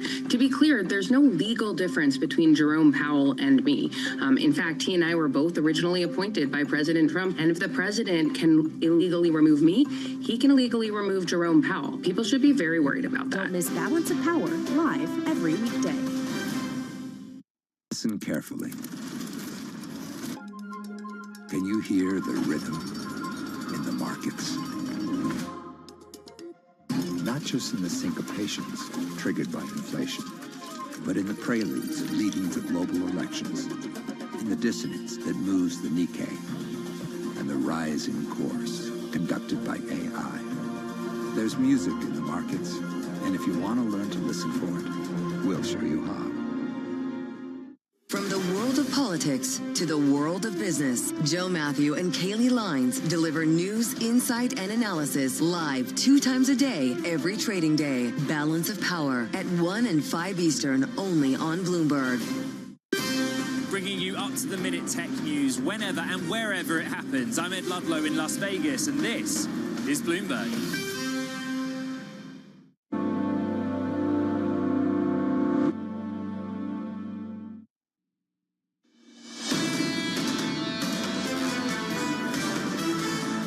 The open about 41 minutes away. Equity session highs up by 1.5% on the S&P 500. Adding some weight to that rally from last week, and what a phenomenal rally it was, up by 1.9% on the Nasdaq 100 this morning. So equities up across the board and a big week ahead. Your week ahead looks like this. Tomorrow, numbers from Bank of America and Citi, plus United Airlines coming out with results after the closing bell. On Wednesday, retail sales and Fed Chair Jay Powell will be speaking. On Thursday, an ECB decision plus another round of jobless claims, and we'll get Netflix earnings before the long weekend and the Good Friday holiday. Let's turn back to policy. Anne-Marie joining us from Argentina ahead of her exclusive conversation with the Treasury Secretary, Scott Bessent. AMH, welcome to the program. Welcome back, I should say. Talk to me about this first of all, because a lot of people have the same question. Why Argentina? Well, it's a great question, given the fact that this is an individual who is right now in the driver's seat with trying to get to the bottom of 90 agreements and trade deals. When it comes to Argentina, though, I think it's twofold on why people think the Treasury Secretary is making time, his only second foreign trip, to come here to Buenos Aires.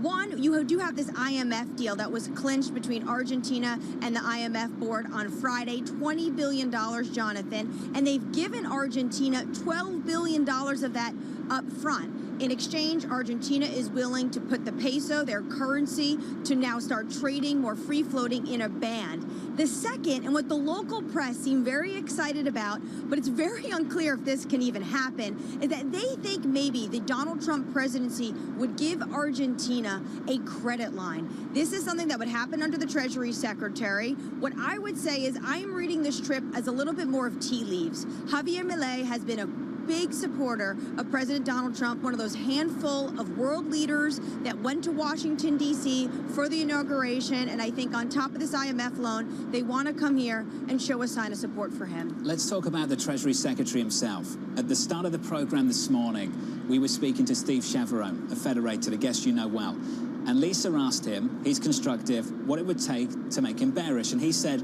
if I see more Navarro and less Bessent, how important has this transition been to, at least from a perception point of view, there is a belief on Wall Street that Secretary Bessent is now running the show in a way that he wasn't a number of weeks ago?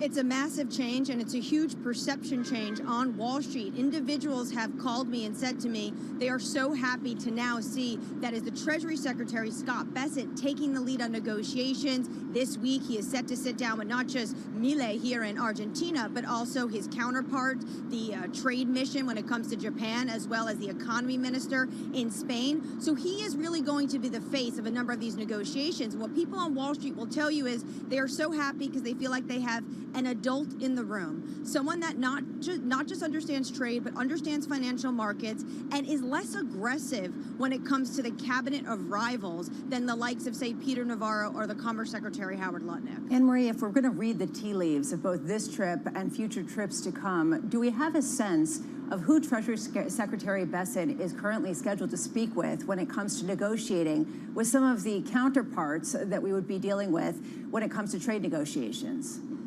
I think front and center is clearly going to be Japan. We do know that Japanese negotiators will be in Washington, D.C. this week. Also, we should note, Japan is a country that the Treasury Secretary has a deep wealth of knowledge about, given the fact that he put on massive trades when it comes to the Japanese yen in his former life as a macro hedge fund manager.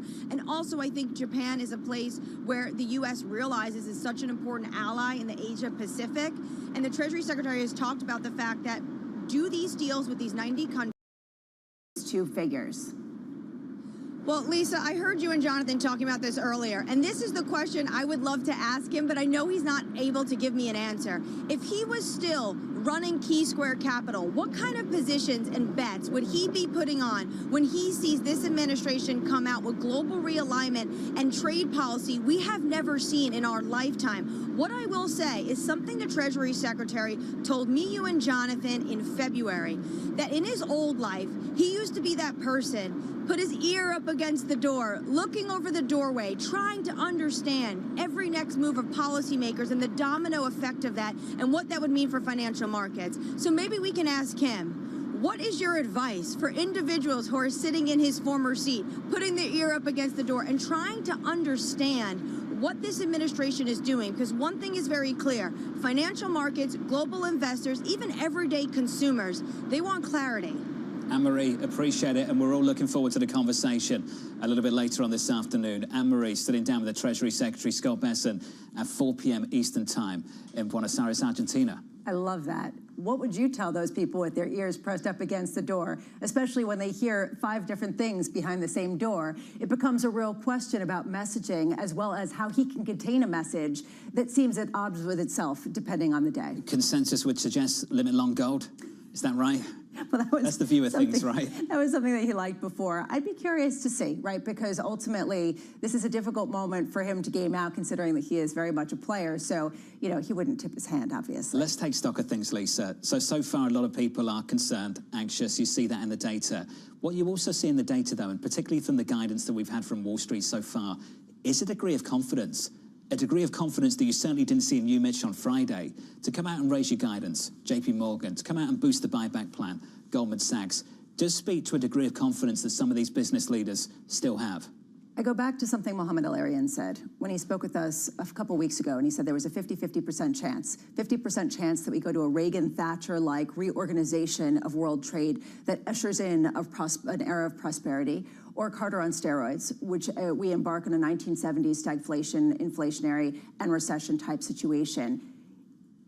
He moved that down to 35%, 65%.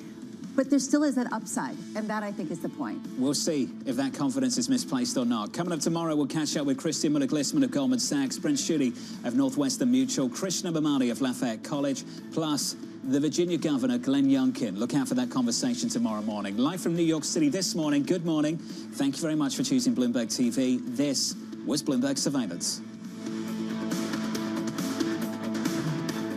This is Bloomberg Daybreak Europe. I'm Tom McKenzie in London. These are the stories that set your agenda. Taking you from the U.S. market's close to the overnight session in Asia, we'll walk you through what you need to know to kickstart Europe's trading day. Live from our European headquarters, we bring you the day's top market-moving stories, unmatched expert analysis, and on-the-ground reporting from across the continent. Tune in to Daybreak Europe, only on Bloomberg Television. Context changes everything.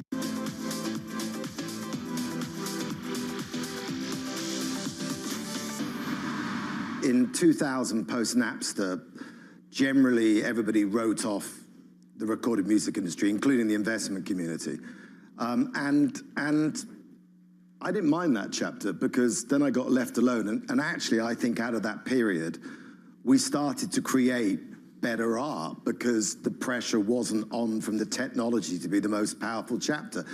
And then iTunes came in, and iTunes, to Apple's credit, did have a boutique taste mentality about the store, which meant that I think they understood. I can tell you from that period that the artists that came through were of a very high quality because it was encouraged to be boutique. Now, ironically, this chapter has made us more money times 5 than the iTunes chapter and the post-Napster chapter.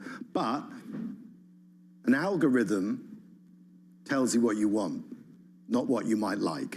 And there's a difference between what you want, but with streaming, the downside is you have incredible penetration, and we have hundreds of millions of people around the world. And so that has been very lucrative as a business.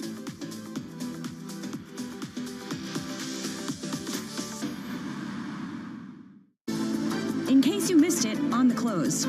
I think our sports fund is very exciting. We've invested in a number of new leagues that are doing exceptionally well. A number of the investments we've made, we've already seen prices that have gone up already about 50% plus. So what you find in new leagues and new teams is if you're right, it's going to grow exponentially, right? So the whole key and the nice thing about that is you see the ratings the next day. So I can tell you if it's grown, like we've invested in PBR and professional bull riding. That league is growing 30% plus a year. There's professional bull riding? Yes, do you want to get on a bull? You'll end up, if you could stay 8 seconds. I know, this sounds awesome. Do I have to go I don't have to go to rodeo for that. That's no, you could do it. We are here in New York. Okay. We own the New York Mavericks, so you can come anytime you want to go. Okay. Come, you'll love it. Yeah, we'll chat offline. Don't miss the close, live every weekday.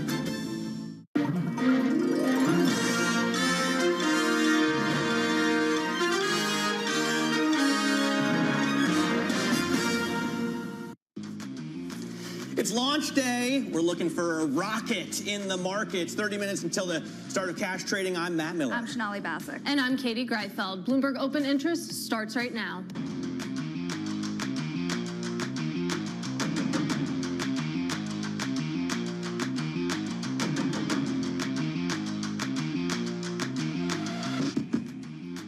Coming up, a record quarter for Goldman's equity traders as profit surges. We're going to have the latest in the big bank earnings bonanza. Not off the hook. President Trump shifting his signal on tech tariffs, saying the reprieve is only temporary. And bringing spice to space, an all-female Blue Origin crew set to take off later this hour. We'll bring you there live, but let's take a look at these markets. We have a few stocks on our radar. Apple getting some relief from the Trump administration's tariff exemption on certain electronics, including smartphones. But as Matt mentioned, it's maybe planning new tariffs on those products soon, according to the administration. You can see Apple shares up about 6%, Matt. All right, NVIDIA investors also relieved today. Trump says he's open to discussing the scope of coming tariffs with companies and their leaders. NVIDIA shares up 3.25% in the pre-market. And from tech to financials, lots in the green. Goldman's equity traders notched their highest quarterly revenue on record amid all of this volatility. CEO David Solomon remains confident going forward, he says, but investors are still waiting for commentary on tariffs that we might expect later in the earnings call, guys. Tariffs on top of mind on Wall Street. President Trump says this weekend's tech exemptions are temporary, with more to come. The tariffs will be in place in the not distant future because, as you know, like we did with steel, like we did with automobiles, like we did with aluminum, which are now fully on, we'll be doing that with semiconductors, with chips, and numerous other things. You know what rate the semiconductor tariffs? I'm going to be announcing it over the next week. Let's get the latest from Bloomberg's Tyler Kendall in Washington. So, Tyler, we are expecting tariff announcements on semiconductors this week. Yeah, hey, Matt. Well, President Trump says that we could get more clarity on the timeline as soon as today, but it does appear evident that these tech imports, including consumer electronics, will be subject to a Section 232 investigation, which means that then this White House can impose tariffs based off of national security concerns. Now, typically, these types of probes could take anywhere to up to 9 months to complete, but it is very evident that this White House would like to see them put into effect sooner, and they have issued expedited timelines before when it comes to Section 232, including for the steel and aluminum tariffs, as well as the auto imports. And importantly, these past tariffs have gone to effect at a 25% rate. President Trump has said he hasn't given us indications yet on exactly which rate these will end up going into effect, but it is likely that it would be somewhere in that ballpark. We should also keep in mind that sector-specific tariffs are designed to be stacked on top of existing levies, and President Trump made clear that these tech imports are still subject to that 20% baseline tariff rate that's been in place against Beijing since February. Now, Matt, while this reprieve is considered to be temporary, it was seen as at least an initial victory for big tech as they sort of buy a little bit more time to work with this administration to try to get more permanent carve-outs. It's something that President Trump said that he was open to, particularly when it comes to specific products. He said that he wanted to show flexibility, but of course the big question is just how flexible will he really be? All right, Tyler, great reporting as always. That is Bloomberg's Tyler Kendall. And don't miss an exclusive interview with Treasury Secretary Scott Bessent and Bloomberg's Anne-Marie Hordern today at 4 p.m. Wall Street time. But let's discuss a little bit more the company impact of these tariff exemptions and coming semiconductor levies. Bloomberg Intelligence senior tech analyst Mandeep Singh joins us now. So apparently there's more to come, according to the administration. And as Tyler just walked us through, we're talking about sector tariffs stacked on top of existing tariffs. And then you take a look at a stock like Apple just ripping higher this morning. A pessimist could say that that might end in tears. Well, so look at what's transpired, in a week. We have had two situations where tariffs were increased, then they were rolled back. So I think the positive reaction is more that, okay, revenue and margins aren't going to fall off a cliff here because of the 145% tariff rate. But at the same time, I would argue, when you have uncertainty like this, and especially when it comes to Apple being a global company with, a large revenue base outside the U.S., like from a customer perspective, there could be a backlash in China, in Europe, where you could go for alternative smartphones or alternative, tablets, just as a backlash. Apple doesn't really feel all that global. When it comes to production, Dan Ives says 90% of its iPhones are made in China, and they have 20% fentanyl tariffs on already, plus the sector tariffs that they'll get on top of that. They're going to end up like Audi with the Q5 in Mexico, facing 52.5% tariffs. That is revenue falling off a cliff, or margins falling off a cliff, isn't it? Well, the one thing I feel good about with Apple is the person who is running this company, Tim Cook, is the master when it comes to, managing the supply chain. That has been his specialty since the time he took over from Jobs. And I feel you will see him maneuvering this quite well. Apple getting on that exemption list and really managing expectations in a way where he has promised, $500 billion investment here in the U.S. And look, at the end of the day, it's in the administration's interest that Apple continues to do well. Mandeep, we thank you for joining us this morning. That is Mandeep Singh of Bloomberg Intelligence. Of course, we will be keeping our eye on that story. But Goldman Sachs traders capitalized on market volatility last quarter with equity trading revenue up 27% year over year. Top line revenue also beat estimates, and the board approved a share buyback upward of $40 billion. Let's bring in Citizen senior research analyst Devin Ryan on the financials. Goldman gave investors something to write home about with that buyback, and of course with another set of record numbers for equity trading coming in above Morgan Stanley even. But can this continue given the type of volatility we've seen? Hey, good morning, Shonali. So yeah, they had a great quarter. Diversification and durability are kind of the two themes we're talking about. And equities was a record. Clearly results are backward looking here, but I think what is encouraging is that the volatility in the market actually is helping trading, and what we're hearing thus far into the second quarter is that that's continued. So I think as long as the volatility is somewhat orderly, which it has been thus far, then that's actually really good for trading. And then the flip side is investment banking has had some challenges with this type of volatility, but we're kind of framing this as a coiled spring. So there's a lot of, I think, appetite to do things as soon as the markets do settle down. And Devin, something I'd love to get your perspective on is the fact that the provision for credit losses at Goldman actually went down rather than up. The exact figure for this year's first quarter is $287 million. Compared to a year ago, it was $318 million. I wonder what you make of that.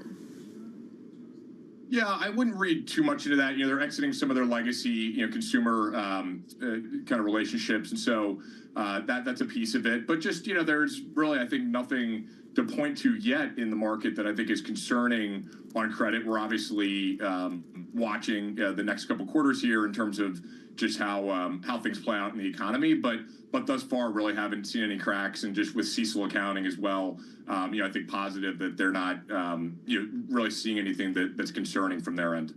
I just want to tell our viewers, in case you're wondering why we're bringing you the Kardashians there in the corner, it's because we're waiting for a Blue Origin launch. Jeff Bezos' space company is going to take a number of women, including Katy Perry, up to space. And we're going to bring you that launch live when it happens. I'm not sure of the Kardashian connection, but it's Kris Jenner. She's the mother. Right, no, I meant why I is believe Kris Jenner... she's friends with Lauren Sanchez. She's friends with Lauren Sanchez, who is, I guess, dating or married to, I'm not sure, She's Jeff the Bezos. fiancé of Jeff Fiancé, and maybe everyone's wearing Skims as well. So let's get back to Goldman Sachs. You know, the challenge, I guess, is investment banking, Devin. Obviously, this kind of volatility, great for trading, not so much for deals, definitely not for IPOs and leveraged loans. But I thought it was interesting. Shonali tells me the investment banking fees backlog has grown quarter over quarter. How is that in this situation, and can they keep it up? Yeah, Matt. So I think it's a little bit of a combination of just not as much got done in the first quarter. So that business carries into the second quarter. But I think Ted Pick said it well on Friday. You know, this right now in their mind is a pause, not a delete. So right now, I think there's a lot of appetite for corporations and sponsors to move forward on strategic plans. And so the market conditions just haven't been there. But just for context, I mean, the market has been incredibly challenged the last 3 years. Under some of the analysis we do, we estimate that sponsors can double their level of M&A activity and just get back to kind of a normal historical baseline. IPO activity could far more than double and just get back to kind of a baseline. So there's a lot of pent-up, I think, appetite to do things in investment banking. It's just you need markets to settle down. But our view is that stuff's not going away. It's just getting pushed out here a little bit. And then when markets inevitably will settle down, and then there's a lot of tension that's building for these companies and sponsors to get on with their strategic plans. And that's kind of what we're waiting for here. So it absolutely is going to come. It's just a matter of when, not if. All right, Goldman shares up over 3% pre-market. Our thanks to Citizens Senior Research Analyst Devin Ryan. Quick check on these futures right now. You can see we're green in the pre-market, up 1.6% on the S&P 500. That's coming off the best week since 2023, though. It certainly didn't feel that way with all of the volatility. We'll continue to discuss that. And coming up next, Pfizer shares lower today after abandoning development of an obesity pill under trial. We'll give you the details next. This is Open Interest.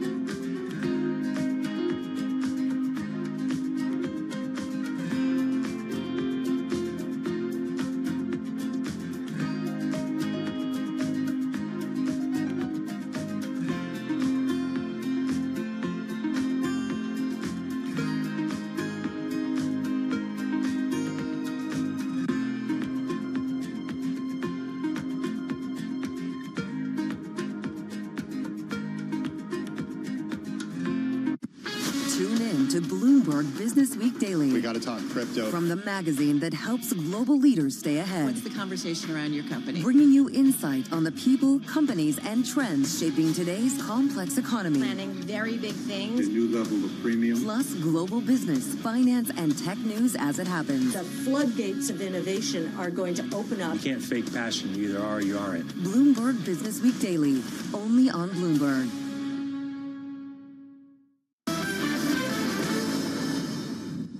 What is the issue between the type of information that's being collected by investors and the marking issue that you're describing? What mark-to-market assets do is it forces honesty into the situation. We're talking right after the DeepSeek model surprised everybody in its efficiency. It took hundreds of billions off of market caps because it legitimately raised concerns that maybe the future of AI was different.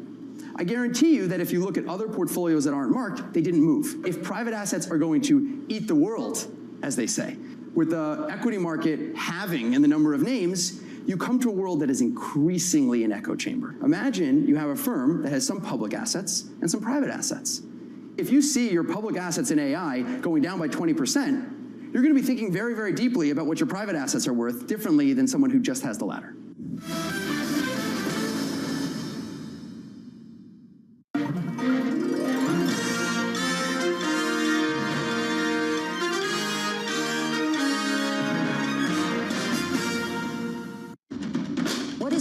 Consequence for U.S. markets. We are basically deep in the European earnings season. Take a look at how we're faring when it comes to Asian markets.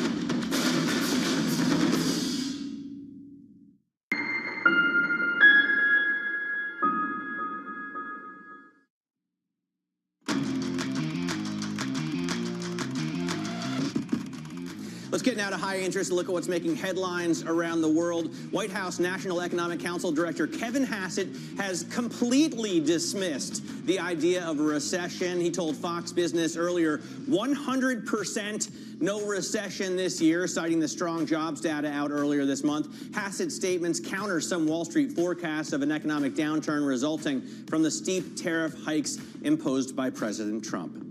Intel will sell a 51% stake in its programmable chips unit, Altera, to Silver Lake Management at a valuation of $8.75 billion. That means half of that is what they're going to get paid for Altera. The deal is expected to close in the second half of 2025. Remember, Intel bought Altera 10 years ago for $17 billion, so double that valuation. And by the way, as a footnote here, NVIDIA just said it will produce supercomputers entirely built in the U.S. And Pfizer will stop developing an obesity pill that was closely watched by investors. It's a severe blow in its efforts to compete with Novo Nordisk and Eli Lilly. The treatment was linked to a potentially drug-related liver injury in one patient who was enrolled in a clinical trial. Pfizer has been trying to compete in the obesity market as part of its post-COVID comeback plan. Katie? Let's just marinate on NVIDIA for a moment there. That coming from a blog post on the NVIDIA website, again, that NVIDIA is working to produce an AI supercomputers entirely in the U.S., that mass production at its Texas plants will ramp up in 12 to 15 months. Chanel, you take a look at the shares right now. They were already higher on the day and now moving a little bit higher in the pre-market on the heels of this news. Yeah, it's a very interesting set of moves by corporate America. Of course, capital intensive. Let's see where they get all that money from. But of course, investors are reacting well to the news. To your point, they have already been up. They are commenting in their own blog post. They also plan up to $500 billion of AI infrastructure through partnerships with TSMC, Foxconn, and others. Yeah, really interesting move there. We'll bring you more details as we have them. But let's get back to the details on that Pfizer story, that Pfizer is abandoning its obesity pill after a liver injury in a trial. Bloomberg's Damian Gard wrote the story and joins us now. And Damian, is this truly the end of the road for Pfizer's foray into obesity pills? Because this was really one of the big gems that they had in their pipeline. This is the end, at least for that particular pill, which was their effort to play catch up with the likes of Lilly and Novo, who have been leading this market as we've witnessed its explosion in demand. Pfizer is not out of the game yet, per se. They do have earlier stage oral assets that could one day advance to the point of the market, but this was their best chance to even kind of get one on the board. They still would have been more than a year behind Eli Lilly in terms of an oral GLP-1 weight loss treatment, and now that year, I mean, now the extent of the distance that they're behind their competitors is at least 3 years. So no oral replacement for an injectable fat drug, but do they have anything to counter obesity, you know, as well as we see from Novo and Eli? They have phase 1 assets, so assets that are really just being tested in healthy volunteers that are years away from the market. And I think that's why this morning with the Pfizer news, you've seen the shares of some smaller biotech companies going up that have later stage potential weight loss treatments, because the assumption is Pfizer might go out looking to buy a company in order to hopefully make up that ground that it's already lost. Well, that was going to be my question, because the Pfizer of the past might have already bought one, right? So what's out there that you could see being folded into Pfizer's portfolio? And at this point, would M&A be pretty difficult? Well, that's the thing. So the leading candidates are companies like Viking Therapeutics and Structure Therapeutics, both of which have oral weight loss treatments that could fit into Pfizer's pipeline and at least help it catch up on that timeline, if not be able to actually compete with Lilly and Novo. The issue Pfizer has is that they've spent a lot of money since the COVID pandemic. They outlaid a lot of acquisitions, hopefully to extend the revenue stream as the vaccine and treatment for COVID-19 dropped off. Those haven't really panned out, and what they've left the company with is a lot of debt and a promise to the street to cut spending and get that debt down. So now Pfizer's M&A firepower, they've said between $10 and $15 billion, But people are looking really closely at that balance sheet of could Pfizer do, as you mentioned, the Pfizer of the past probably already would have made a blockbuster acquisition. Can they actually afford to do the kind of thing that they once would have? Well, talk to us a little bit about the landscape when it comes to obesity drug pills, because you think about Viking Therapeutics obviously popping quite a bit in the pre-market here. I'm not saying that they would go out and buy Viking, but what are some of the options? Yeah, Viking and Structure are the big ones. There are a few earlier stage assets out there. We saw Merck recently go to China to license an early stage oral GLP-1 treatment. Those deals are probably more sensible and certainly more affordable. The issue Pfizer has is this issue of immediacy. Merck can afford to take time in this process. Pfizer, at least the perception of Pfizer, is that they've already wasted so much time in trying to catch up in GLP-1. So there is a sense of immediacy that could drive them to go for a bigger deal. All right, Damian Guard, great reporting as always. Really interesting news out of Pfizer this morning when it comes to the obesity pill landscape. But let's talk a little bit about what's coming up in about 12 minutes time. We have that all-female Blue Origin flight to space that we're looking forward to, or at least slightly above the Kármán line. Yeah, the space race seems to be among many of the things happening in the world today. For the case for U.S. exceptionalism, one of them. It reminds me of another era we once saw. Is it really space? I mean, they're just going to fly up really, really high. I have some stats for you. I feel like you need to go into orbit for it to really count. They are, going above the Kármán line. That's about 62 miles above sea level. But you think about the International Space System, that is at 250 miles above sea level. So it's certainly a hotly debated point, but I'm sure we'll get into all of that with They'll Ed experience Ludlow. weightlessness, basically, Yes. for like 3 minutes. Yeah, zero gravity. They'll float around. I'm not sure, do they get like a marble, the Earth is a marble kind of view out their windows? You would have to ask Ed for that. I would imagine at 62 miles above sea level, I'm not quite sure. We will have Ed Ludlow on a little bit later, who knows literally everything. Our rocket man. About space. If you will. Yeah. Sonali mentioned U.S. exceptionalism. I'm going to try to do this pivot. Citigroup equity strategists are the latest to sour on U.S. equities, citing high valuations and EPS downgrades. Citi lowered its view on U.S. equities to neutral from overweight, saying, quote, the drivers of exceptionalism are fading, both from a GDP and an earnings per share perspective. So let's discuss that now with RBC Capital Markets Head of U.S. Equity Strategy, Lori Calvasino. Lori, great to see you in person. Thanks for having me. So that's the existential question, isn't it? Whether the U.S. is still a safe haven, whether U.S. assets still hold their appeal relative to the rest of the world. After the past few weeks, the past few days, the past few hours that we've gotten when it comes to U.S. trade policy, where do you fall on that? So look, this has been a big point of debate. I'm a U.S. equity strategist, so I joke that I always like U.S. equities, right? I'm not a global person. But the reality is that if I think back to December, I was in Europe seeing investors the week before the holidays, and I got an earful about how expensive valuations were, how frothy sentiment was. There was a lot of concern about tax being overly optimistically assumed, and tariffs, not enough conservatism baked in there. And so, right, a lot of this stuff has panned out. But I heard a lot of people saying, we want to own the U.S. through Inauguration Day and then sell thereafter. And guess what? That's worked pretty well. We have seen in funds flow data evidence of European-based investors in particular selling the U.S. and moving into Europe. That did shift away from rotation to just kind of more of a general de-risking towards the end of March. I do think that the door has been open to look at things other than the U.S. I'm not saying that there's not an opportunity to buy the U.S. in here, but I do think, that some things were shaken out, and I think this is actually healthy for global equities to see other, geographies being looked at, frankly.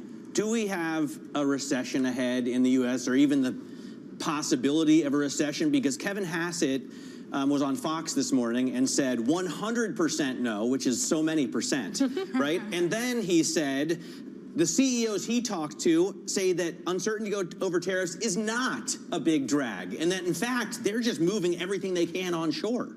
So I think it's one of those situations where it depends on what data you're looking at and who you're talking to. And I will tell you that I did look across the Russell 3000 and the S&P 500, just everything that's come out, whether it's conference transcripts or earnings transcripts since Liberation Day. And it's, we said in a little note we wrote this morning, a recession's not a foregone conclusion in our mind, but at the same time, we don't think U.S. equities are out of the woods.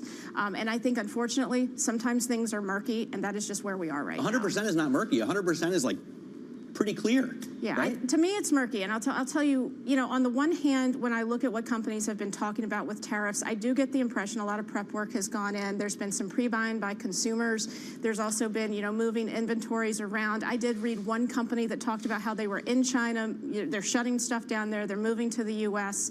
But other companies are not saying the same thing. I'm not seeing companies saying they're about to do a ton of layoffs.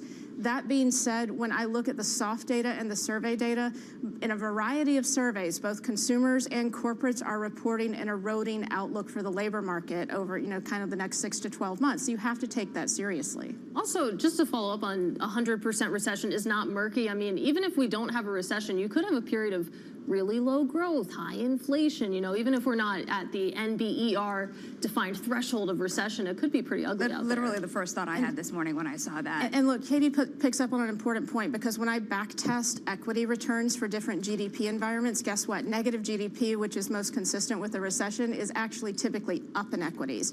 What we tend to see with the S&P 500 is that you tend to fall in the 0 to 1% range, in the 1 to 2% range. Equities do not like being on the precipice and being stuck in sluggish growth where you're constantly worried about tipping into a recession. And by the way, when you have one, you price it in ahead of time. But Lori, do you have any confidence based on what you're seeing so far in earnings season? The banks came out pretty clean. The provisions were not that much higher. When you looked at JP Morgan, of course, we have 2 more tomorrow. The tide can turn. But who's tomorrow? Citigroup, Bank of America. Okay. So 2 very important ones, but you have not seen real signs of stress besides words of caution. Yeah. Is there anything to grab onto there? No, I think that's fair. And if you even go back to the SVB scenario a few years ago, I mean, companies came out very quickly, especially on the banks, and said, we learned a lot from the GFC. We kicked into high gear over the weekend and we managed through. And there have been so many other instances since 2018 where companies have, successfully navigated through. And I think you're seeing some signs of that now. I will caution, though, that back in the 2018 trade war, initially there was a lot of optimism on the ability of companies to manage through, and things held up pretty well. And it was really September after Labor Day before, I think it was like that 3Q reporting season.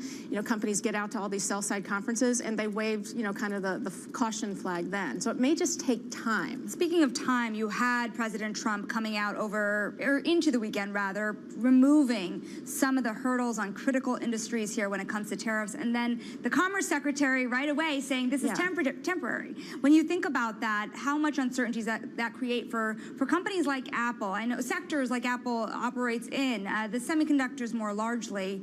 How do you think through that? So it's funny. I was actually talking to somebody about that on Sunday, and someone internally. And when I saw the news on Friday night, what instantly came to my mind was that growth in tech had already been acting better post the Rose Garden, and so and also I think value comes under pressure more from an earnings perspective in a sluggish economy, and you want kind of more secular growth, right? So I was like, okay, this is just something else, right? That's going to come in and kind of power that growth trade, which has had this sort of sneaky outperformance post the Rose Garden. And then we got the news on Sunday, and what popped into my head was, this is not great. I will confess I bought my 4-year-old a Panic iPad because his is on his last leg, and if you've met him, you don't want to take that away. Don't mess with his iPad. Don't mess with the iPad. But in all seriousness, I said, look, it seems to me like we took 2 steps forward and maybe 1 step back. So I don't think that was necessarily a great development for a fatigued investment community that's still trying to make sense of this. I think that was frustrating. But at the same time, I do think that last week we saw, I don't want to use the word pivot, right? But we did see a shift and a beginning of dialing down. And, this is, we're still headed in a better direction. Headed in a better direction. I want to talk about what's coming up, though, and that's earnings, because you saw Citi, of course, downgrade their EPS estimates. You saw something similar from Mike Wilson over at Morgan Stanley. A lot of folks have told us that there's more to come when it comes to earnings estimates, downward revisions. What do you think? Okay, so I think about this very differently, and I have a little bit of PTSD from early 2023, when the argument that was going around was that the stock market could not possibly have bottomed before the recession has even started, and there was this big view that you had to have this slash to earnings estimates, and the stock market couldn't bottom until that happened. There's a little bit of truth in that, but there's also a little bit of something that's a little bit off on that. And what we look for is earnings sentiment and the rate of upward revisions. So if you are not in a crisis, right, if it's just kind of a stressful period, you want that indicator to go down to 30%, and then it can start to move back up, and that can help stocks heal. We do agree with the idea you need to reset expectations before you can have a durable bottom, because people have to believe PE. So I get that. But in a major crisis, we've gone back and looked at this, and the rate of upward revisions, earnings sentiment tends to bottom out between 10 and 20%, and that is when stocks bottom. Not when you go back up to more than 50% upward revisions. People always want to wait for that and miss the bottom. You want to see that second derivative improve and earnings sentiment take the hit and then start getting less bad. That is your opportunity to buy a bottom in the stock market, and people always get this wrong. So if we are setting up for the same kind of, bad argumentation to filter through markets again, we're ready for that argument. Lori, it is great to have you on with us. RBC's Lori Calvasina. I'm always happiest when you're on with Nathan Hager in the morning, so that I get this primer before I get to work. But we'll take a hit on our show as well. Blue Origin is preparing for its 11th human space flight. The NS-31 is an all-female crew, which includes Katy Perry, Lauren Sanchez, and Gayle King. For more on the flight, we're joined by Bloomberg's Ed Ludlow. And Ed, just to be clear, I realize that the Kármán line may officially denote space, but to me, you got to be orbiting, really, before it counts. What do you think? Right, from liftoff to touchdown, this is an 11-minute process, 11-minute flight, and I love the data that you guys were, let's say, discussing, debating.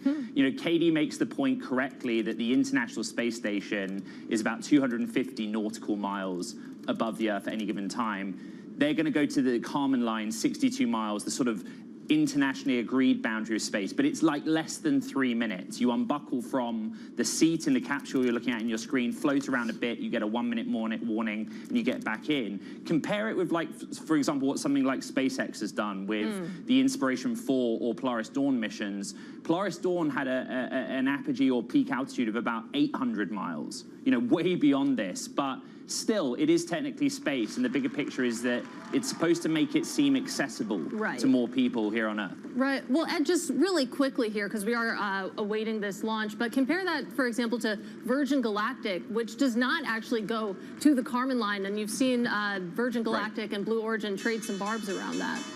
Yeah, and Virgin Galactic struggled operationally and as a business.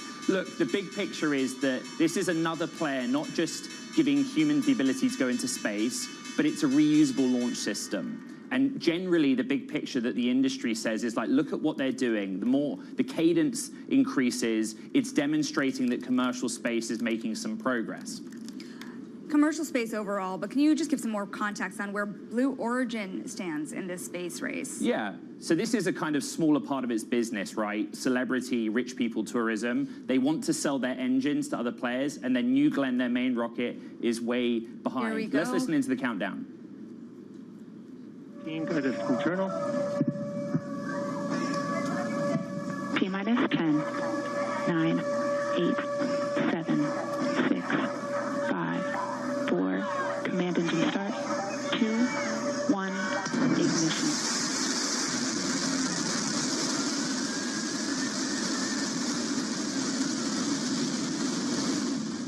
Liftoff. New Shepard has cleared the tower.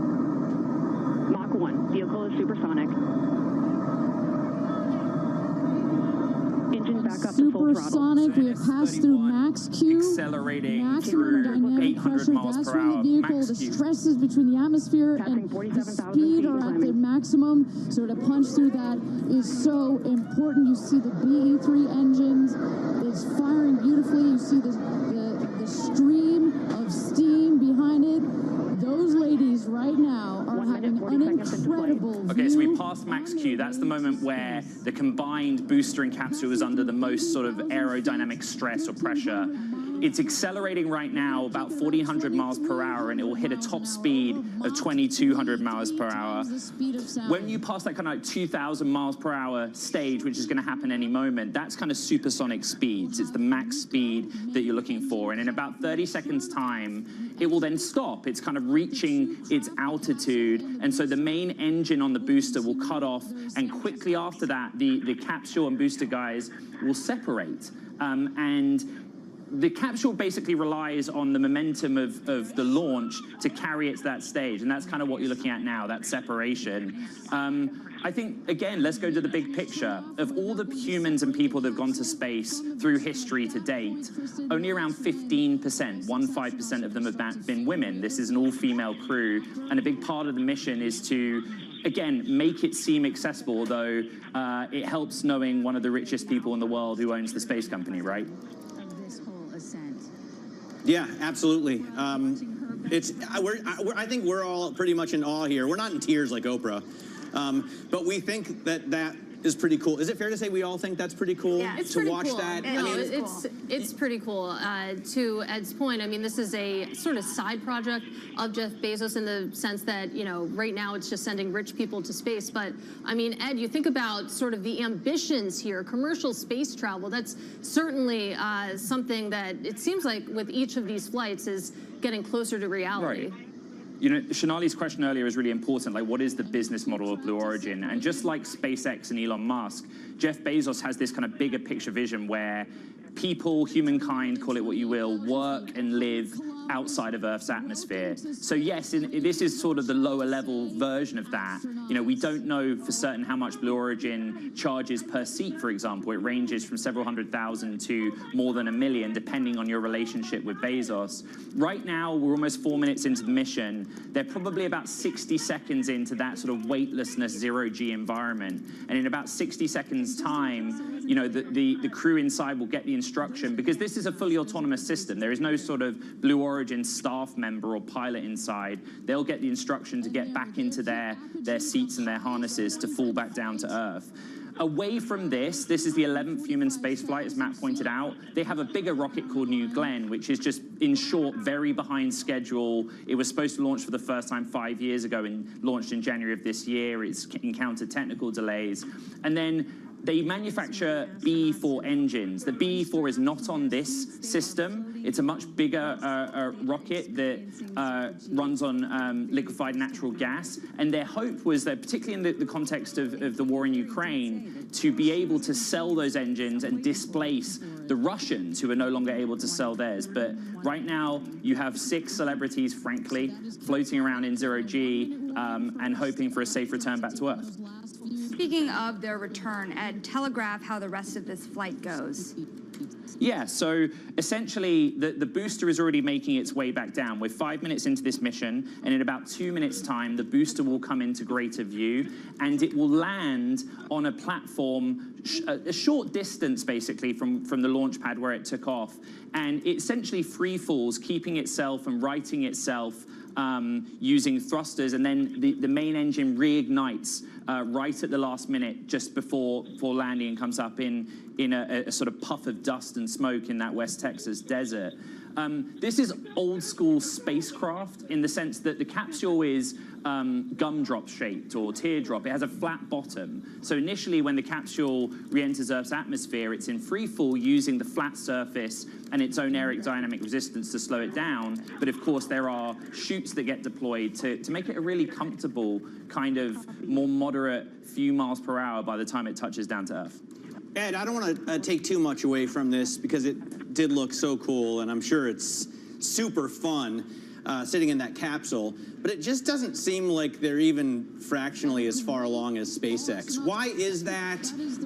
Is it just that Elon Musk has put so much more money into his effort, or have they actually done better than Blue Origin?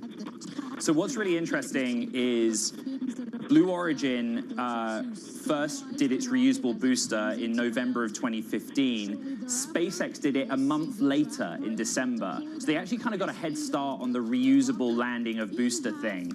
But yeah, it's kind of a talent issue. You know, it's well documented that Elon Musk, you know, just went through hell with that team in the early days of SpaceX, very near to bankruptcy, and literally picked up the debris from failed missions to try and start again. This is the booster right of NS-31 in free fall back down to Earth. Any minute now, it will slow itself very close to the ground simply by reigniting that main single-engine BE-3 engine at the bottom. The fuel source, by the way, guys, oxygen and hydrogen on this one, not kerosene, not rocket fuel. And there you go. Yeah, and for the non-space experts out there, of course, the crew isn't in the booster, which just landed right now and is creating that big dust plume. They are, of course, in the capsule, which has yet to land. Ed, you were talking and a little bit... bit... And they hit so close to target. I mean, that's super impressive, right? It is very impressive. And we were talking about sort of the space race with SpaceX, but talk to us a little bit more about Virgin Galactic. I know that they have plans for an upgraded space plane in summer of 2026, which certainly feels far away from right now, but that would mark their return to semi-space. Yeah, so Virgin Galactic has like a completely different technology, right? It is a spacecraft that looks like a stealth bomber kind of plane that flies on the fuselage of a custom airplane that takes it to altitude, and then it drops from the fuselage of that plane like a rocket, basically, or in the military context, and shoots in an arc upwards to space. But they've just also not been as successful as Blue, right? Blue is what you'd call like a full-service space company. So what you're looking at is New Shepard, named after the man, of course, that first went to space. That's the capsule in free fall, right? And it's traveling now at an altitude of around 6,000 feet above the Earth. Those first shoots that deploy, they are drogue shoots. So they're initial burst of drogue shoot that slow it down rapidly at first, and then the main shoots will be deployed as a consequence. There you go, coming out right now, traveling like 100 miles per hour and slowing down really quickly. Now, Matt, Katie, and Shanali at a leisurely 40 miles per hour. Just incredible. I mean, as you were saying before, one of the fun things about this is not just the launch itself, but who's in it and the relatability. Katy Perry, Gayle King. What does this mean for the development of space flight for people who are not as familiar for going to space? Yeah, look, super healthy to be skeptical as well, right? That Lauren Sanchez is Jeff Bezos' fiance. She said in 2023 she was going to do an all-women mission. She's done that as it stands, and it go back to the data that prior to today's mission, depending on how you define space, only 15% or so of all humans have gone to space are female or women. So that addresses that directly head on. But the big picture is that it's supposed to make space seem accessible. Now, when you think about the people actually inside, they're friends of the Bezoses, right? And we don't know how much people paid. What we do know from the reporting is it depends how good your relationship is with Jeff Bezos. It could be a matter of $100,000, $200,000 to more than $1 million. Although, if you go on Blue Origin's website, anyone can put a deposit down. Guess how much it is, guys? $150,000. I don't know if you have that kind of change. I don't, but let's just be clear. This is largely inaccessible to the vast majority of people around the world, right? Right. I do want to point out Lauren Sanchez, of course. She's the fiance of Jeff Bezos, but Matt, she is also a licensed helicopter pilot. She founded Black Ops Aviation. That is the first female-owned and operated aerial film and production company. So she has a bit of experience, more so than the average bear, when it comes to at least flying things above the ground. It looks like Jeff Bezos is the only dude there. I will say it's incredibly impressive to me that they landed the booster almost bang on target. And then this has gone so well. We're awaiting, of course, to watch the pilots, or I guess are they astronauts now, Ed? Get out of the capsule. So interesting, I got an email from a colleague in the newsroom who will remain unnamed saying, please don't say astronauts, they are space tourists. Let's call them crew. It's a fully autonomous system. There are no controls for them in there, only two-directional communications, right? So other than when they're in the seat, when they're floating around, there isn't anything for doing there. I heard you guys ask a question earlier, which is, what's the view like from the top? I mean, you'll see images images emerge, right, because they take recordings on the GoPro and stuff. But it's not a marble-sized thing at all. You know, the Earth fills the window, you know, because as we keep pointing out, 62 miles above the Earth, while technically space beyond the Kármán line, it's not that far. Ed, you and I were kind of sidelining on this, and what does it mean for American scientific development, right, to see so many private flights make their way into space? Yeah, I've probably had 50 or so conversations about exactly this in the last week, and I think people generally accept, okay, Blue is not as far ahead as SpaceX is. SpaceX dominates 2/3 of payload to Earth, but it is important to have another private sector name having success, having more regular launches, giving people confidence that they can safely transport humans in and out of space, so to speak. But I also say track the delays that Blue Origin has, the problems with New Glenn and some of the satellite clients that have been left waiting in the wings for that technology, for example, Amazon and its satellite businesses.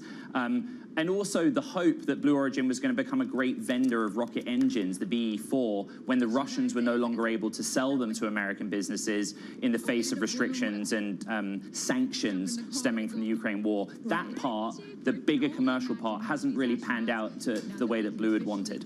Well, that's what I wanted to talk about, because you think about how much further along SpaceX is.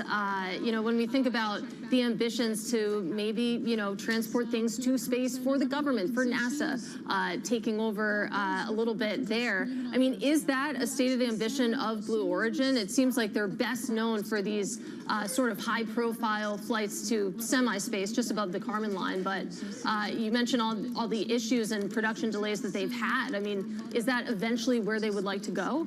It's exactly where they want to go. I mean, with New Shepard, the smaller system that you've just been viewing that can carry humans, they also do some non-human flight payload, very limited experiments where you can test certain things in a zero-gravity environments for just a few minutes. Virgin Galactic also has a similar pitch, right, which is we don't just carry people up, but you can send up experiments in weightlessness. The issue is really the money's in the satellite business, not just small sat in terms of like rideshare like SpaceX does, but large military contracts for anything relating to intelligence, to weather monitoring, to communications, and of course, you know, with Starlink and Amazon going after that market of space-based internet, that is an area that they want to target with New Glenn as well. Let us forbid we talk about sort of what happened with Boeing and Starliner, but of course, in the future, with the ISS being decommissioned, Blue also has, you know, ambitions to carry astronauts on behalf of that agency to space and participate in humankind's activities on the moon and further afield. But right now, you know, that's the part of their business where the technology is not meeting their hopes. Ed, what is the crew doing in there? I mean, we're looking at the capsule, and they seem to be still sitting in their reclined seat positions. Aren't they going to take off their seatbelts and get out, or do they have to wait for somebody to come and open the door?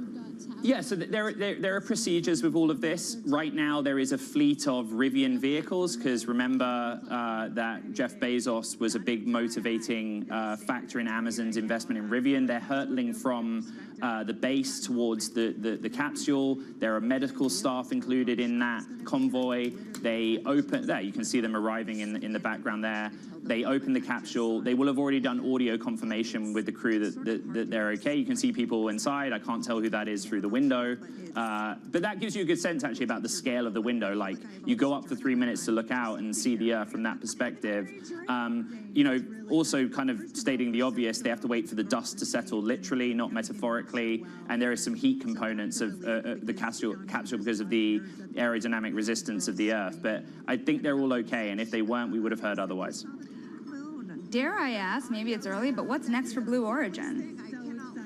Good question. I mean, Dave Limp is the CEO of Blue Origin. Jeff Bezos is the founder, but he is not the CEO. And the target that he set out this year is just basically to ramp up the number of launches on this particular business line, commercial space tourism for rich people. But they also are targeting between 6 and 8 launches of New Glenn, the much bigger system. So they said that. That's the problem when you're an executive and you set a target for a calendar year. We know what it is, and whether they meet that or not, you guys can check in with me on December 31st of this year. Yeah, and when it comes to what's next for Blue Origin, you mentioned Dave Limp. He also says that he wants to land an uncrewed vehicle on the moon in 2025, right? Yeah, and so Blue Origin was part of the competitive bidding process to be involved in the engineering of the landing system. There are many different sort of phases of that contract, but what I would say is, remember, we don't have a fully confirmed NASA administrator yet. Jared Eisenman's been through the preliminary version of that process, but it was so interesting, the focus of Ted Cruz, right, saying, do not get too distracted by Mars. We want you to get America back to the moon, and Blue is a part of that process, as long as that is NASA policy going forward. There seem to be so many Kardashians. I can tell, so I can spot Bruce Jenner's ex-wife there. Kris Jenner. Yes, and then Khloe. Khloe. It's Khloe Kardashian, right? Khloe Kardashian, yeah. Do they work closely with Amazon, Ed? Or are they just friends of the crew, or what do we? So I can tell you that they are there in support of, I believe, Lauren Sanchez and Katy Perry. I can also tell you that the reason Kim Kardashian is not there is because she has an exam, a legal exam coming up. She's trying to become a lawyer, as you may know, and so she's studying and couldn't be there for this launch. But yeah, that's what I heard this morning. Meanwhile, Kylie Jenner isn't there because she was just at Coachella with Timothée Chalamet. I can't speak to where Kourtney and Kendall are right now, but it's interesting. You have to imagine it would be good for the Kardashian TV franchise if they sent up Khloe, or at least some of them in there. Apparently, our producer tells us that Khloe says that she's enticed to go up. So, I mean, it's also this big production that we're seeing here, Ed. It's kind of advertising, too, for whoever wants to pay the price tag. That's exactly what it is. And, like, let's be honest about this, right? I always think to myself, okay, we're carrying this mission in full here on Bloomberg Television. What are people going to think? There are people that watch our network that may have $150,000 for the deposit. By the way, if you're that person and you're watching and you do put down a deposit, phone me. I'd love to talk about that. Find it so interesting. But again, how much the ultimate per-seat ticket price is, we don't know. What we do know is it really depends on your relationship with Bezos and Blue Origin and who else is in the mission, right? So this was Lauren Sanchez, Jeff Bezos' fiance, being the big driver of this mission. She said in 2023 she was going to do it. They've completed it, and she assembled the crew. And we just don't know, like, if they were charged for it, if Jeff Bezos comped them on the seat. But it is a rich person's sport at this stage. With the bigger picture, if you accept it, that they want to demonstrate that in the future, whatever timeline that is, space will be more accessible to everyday people. Well, actually, this is the time. No, you guys asked me now, would I go? No, I would not go. I feel pretty happy down on Earth. What about you? Well, my question is, if you were a betting man, do the prices go up or down, given the success of a launch like this and the marketing around it? Wouldn't the prices just go higher, speaking to the rich man sport? I mean, it's a great question. I don't know what the sort of tariffs and trade disruption story is around space. You know, the fuel on New Shepard is liquid hydrogen and oxygen. The byproduct is water. It's not kerosene. Jeff Bezos bankrolls this company, but there are other outside investors. Like, are they sort of sensitive to margins on a mission like this? I highly doubt it. Ed, I'm surprised that you wouldn't go. I mean, of course I would go in a heartbeat if I were standing around and somebody said, hey, do you want to jump on top of this rocket and get launched above the Kármán line for 3 or 4 minutes, experience weightlessness, look back at the Earth? How would you decline that offer? Well, my starting answer is also that I don't have the wedge for it right now, but I like it here on Earth, right? There's enough technology in my life every day where I'm like, this is pretty sweet.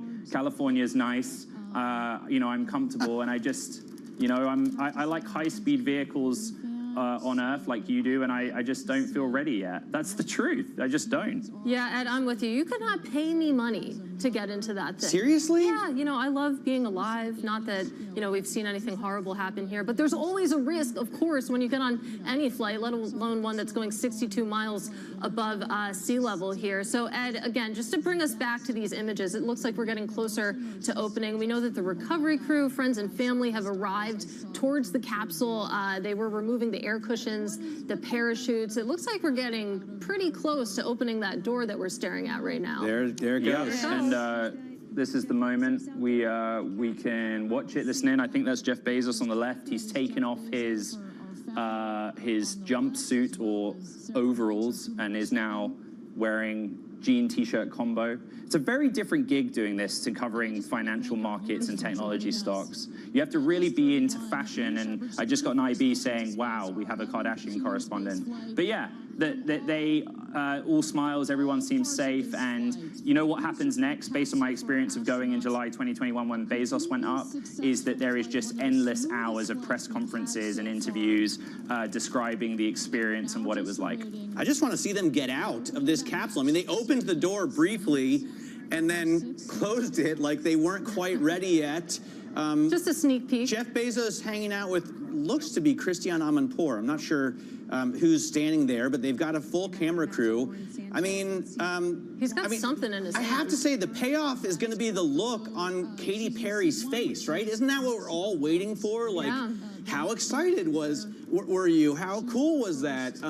Hopefully they'll have her song E.T. playing, but it does look like we're getting close. I can't have gone through the last 12 or 13 minutes and then not see them get out of this capsule, is I think what I'm saying here. Do you think the Are we viewers allowed to agree? stay on it a little longer? I know. I mean, markets aren't doing much. You know, we're up 1%. The VIX is back down to 30. We can verbal The this. dollar's down. Gold is down. Everyone's chill. There's a massive sigh of relief in the markets. We can tell the audience that much while we wait for the crew to get out.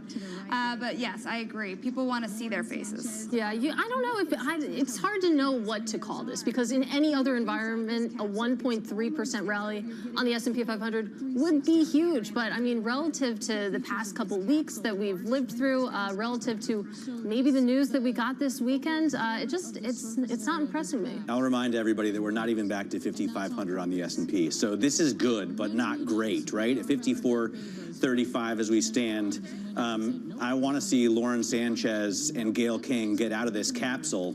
I feel like they've been in the capsule on the ground now longer than they spent going up in the air and coming back down.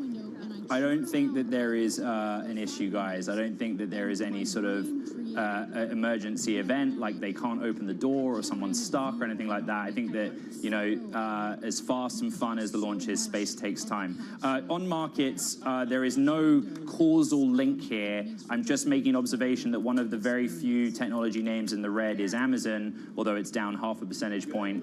Jeff Bezos on your screen. The relationship with Amazon, who knows? But here's your big moment, Matt. Right. We are gonna let you go, Ed, and we thank you so much for your analysis. Although they are just, I know. Now we got it. Now we got it. Okay, fine. We got it. There we are. Is that Lauren Sanchez? I would imagine so. Leading the crew out. Lauren Sanchez out Open first. arms. Nice. See your babies. Where are my babies? They're over here. Go see them. Where? Oh, we have to go Right there. there. Okay. We've got his pop sensation, Katy Perry, back on Earth, kissing the ground. Fireworks. Baby, you're a firework. All right. Oh.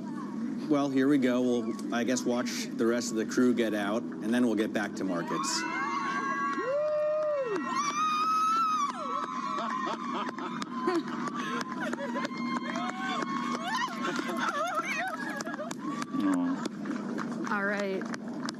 All right, what a moment. Ed Ludlow, it's been great walking through this launch with you. Our thanks to Bloomberg's Ed Ludlow, our own rocket man. You watched, of course, the launch and the landing of Blue Origin's 6 all-female crew go into space above the Kármán line, back safely on Earth. And markets have been open for about 30 minutes now. We haven't done much about them, but you can see the S&P 500 continuing that relief rally that Shonali mentioned, up about 1.3% right now. We're up on almost every sector in the S&P 500. You're also seeing that bid back in the bond market to the tune of about 8-9 basis points lower, and the VIX nice and low relative to what we've seen over the last week. Stick with us. This is Bloomberg Open Interest.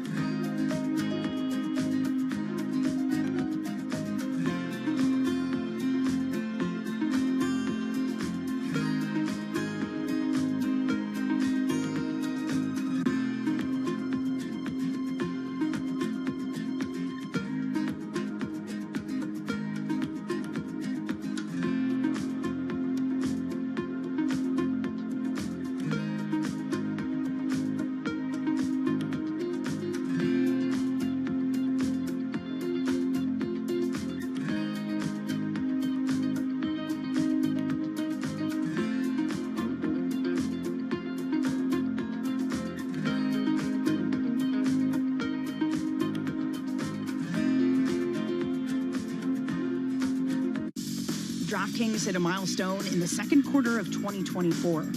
For the first time as a public company, it turned a profit. Is this a new era for DraftKings? There's an inflection from when you're cash flow negative and you're operating off of equity raises from the past to when you're self-funded and you're cash flow positive and able to control your destiny a lot more. You've had your first quarters of profitability now. Does that take pressure off? Does it increase pressure? I think it increases pressure. I mean, once you start making profits, people expect you to make more, and all of a sudden you're valued on a multiple of those profits as opposed to the theoretical what could be. So very important, I think. When you're cash flow negative, you've sold a vision of what the company should be working on, and you're very focused on working on that and delivering against that. When you've pivoted to profitability, the world of what you can work on is a little bit open, and there's a lot of different ideas, and it requires more focus than ever to make sure that you are prioritizing on the most important things that are going to deliver the most value. DraftKings' solid standing in a booming sector gives them the luxury to play the long game. They're not under pressure to cut costs. When you have really strong revenue growth, you don't need that. If you look at where we are today and where we want to be and where we believe we will be, the vast majority of the incremental EBITDA is not coming from any cost reduction. It's coming from increased revenue. We don't feel like we need to cut costs because we're growing our revenue so much. We want to grow our revenue into our existing cost structure, and there's no need to reduce the cost as long as we're being efficient with what we allow our cost growth to look like. Bloomberg brings you breaking news 24 hours a day. Powered by more than 3,000 journalists and analysts in more than 100 bureaus across the globe. Bloomberg Television. Context changes everything. Bringing you up-to-the-minute geopolitical news whenever and wherever it happens. I'm Stephen Engel at the Forbidden City in Beijing, and this is Bloomberg.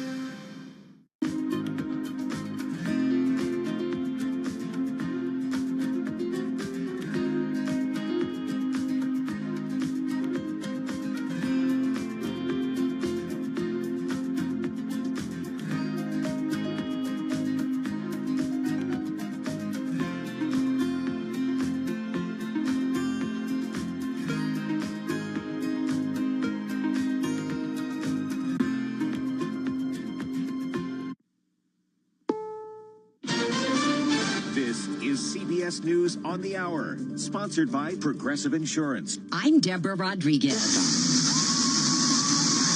Shepard has cleared the tower. A historic flight carrying the first all-female crew, 6 of them, including our own Gail King, has just zipped past the Kármán line on Blue Origin's New Shepard rocket. Welcome to space, ladies, or shall I say, astronauts. Oh, the moon! You guys, I have to tell you, look at the moon. Look. Oh, my God. Oh, my God. Oh, my goddess. That's our pink moon. Sounds like Katy Perry among the crew, experiencing zero gravity for the first time in their lives, looking down on what appeared to be little blue Earth. We could hear Katy singing, Gail marveling before their capsule, attached to 3 parachutes, glided to the ground in the West Texas desert a mere 11 minutes later. All 6 women have now emerged from the capsule after Jeff Bezos used a hammer to crack it open. Katy Perry and Gail both kissed the ground. Oprah there to greet her bestie after she wiped away tears as she watched the whole thing from below. Stocks are up about 1% in early trading as investors try to figure out the latest changes to President Trump's tariff policies and whether he's actually granted exceptions for electronics like cell phones made in China. Correspondent Nancy Cordes at the White House. White House officials tried to explain the distinction on Sunday. This is not like a permanent sort of exemption. It's not that they won't be subject to tariffs geared at reshoring. They'll just be under a different regime. Trump was still explaining last night. And we wanted to uncomplicate it from a lot of other companies because we want to make our chips and semiconductors and other things in our country. Court documents released today shed new light on the 38-year-old suspect in an attempted break-in and arson at Pennsylvania Governor Josh Shapiro's home. CBS's Chanel Call is in Harrisburg. Bomber admitted to harboring hate for Governor Shapiro, adding that he said he even wanted to beat the governor with a hammer. Bomber has been charged with aggravated arson, attempted homicide, and terrorism. Shapiro, his family, and their friends had gone to sleep after a Passover Seder. They all got out safely. The suspect's mother mother tells CBS News she called police to try to get help for her son, who she says suffers from mental illness but got no response. Meta's historic antitrust trial has just gotten underway. Tech contributor Ian Scher. Facebook, now renamed Meta, disagrees, saying it is not a monopoly and that acquiring Instagram and WhatsApp have not harmed competition. Mark Zuckerberg could be called to the witness stand. The Dow is up 358 right now. This is CBS News.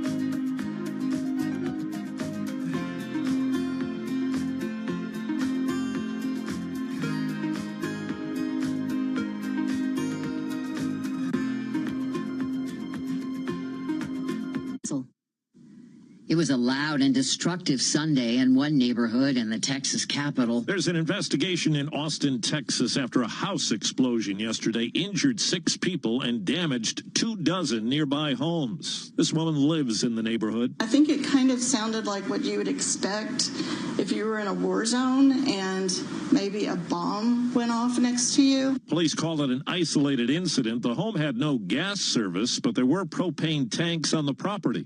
3 of the injured were in the house when it blew up. 2 are in critical condition. Steve Kathan, CBS News. A film that's sending kids into a frenzy at movie theaters has scored a second massive weekend at the box office. Chicken jockey. Minecraft, starring Jack Black and Jason Momoa, raked in $80 million. That follows a record-breaking $162 million debut. Deborah Rodriguez, CBS News.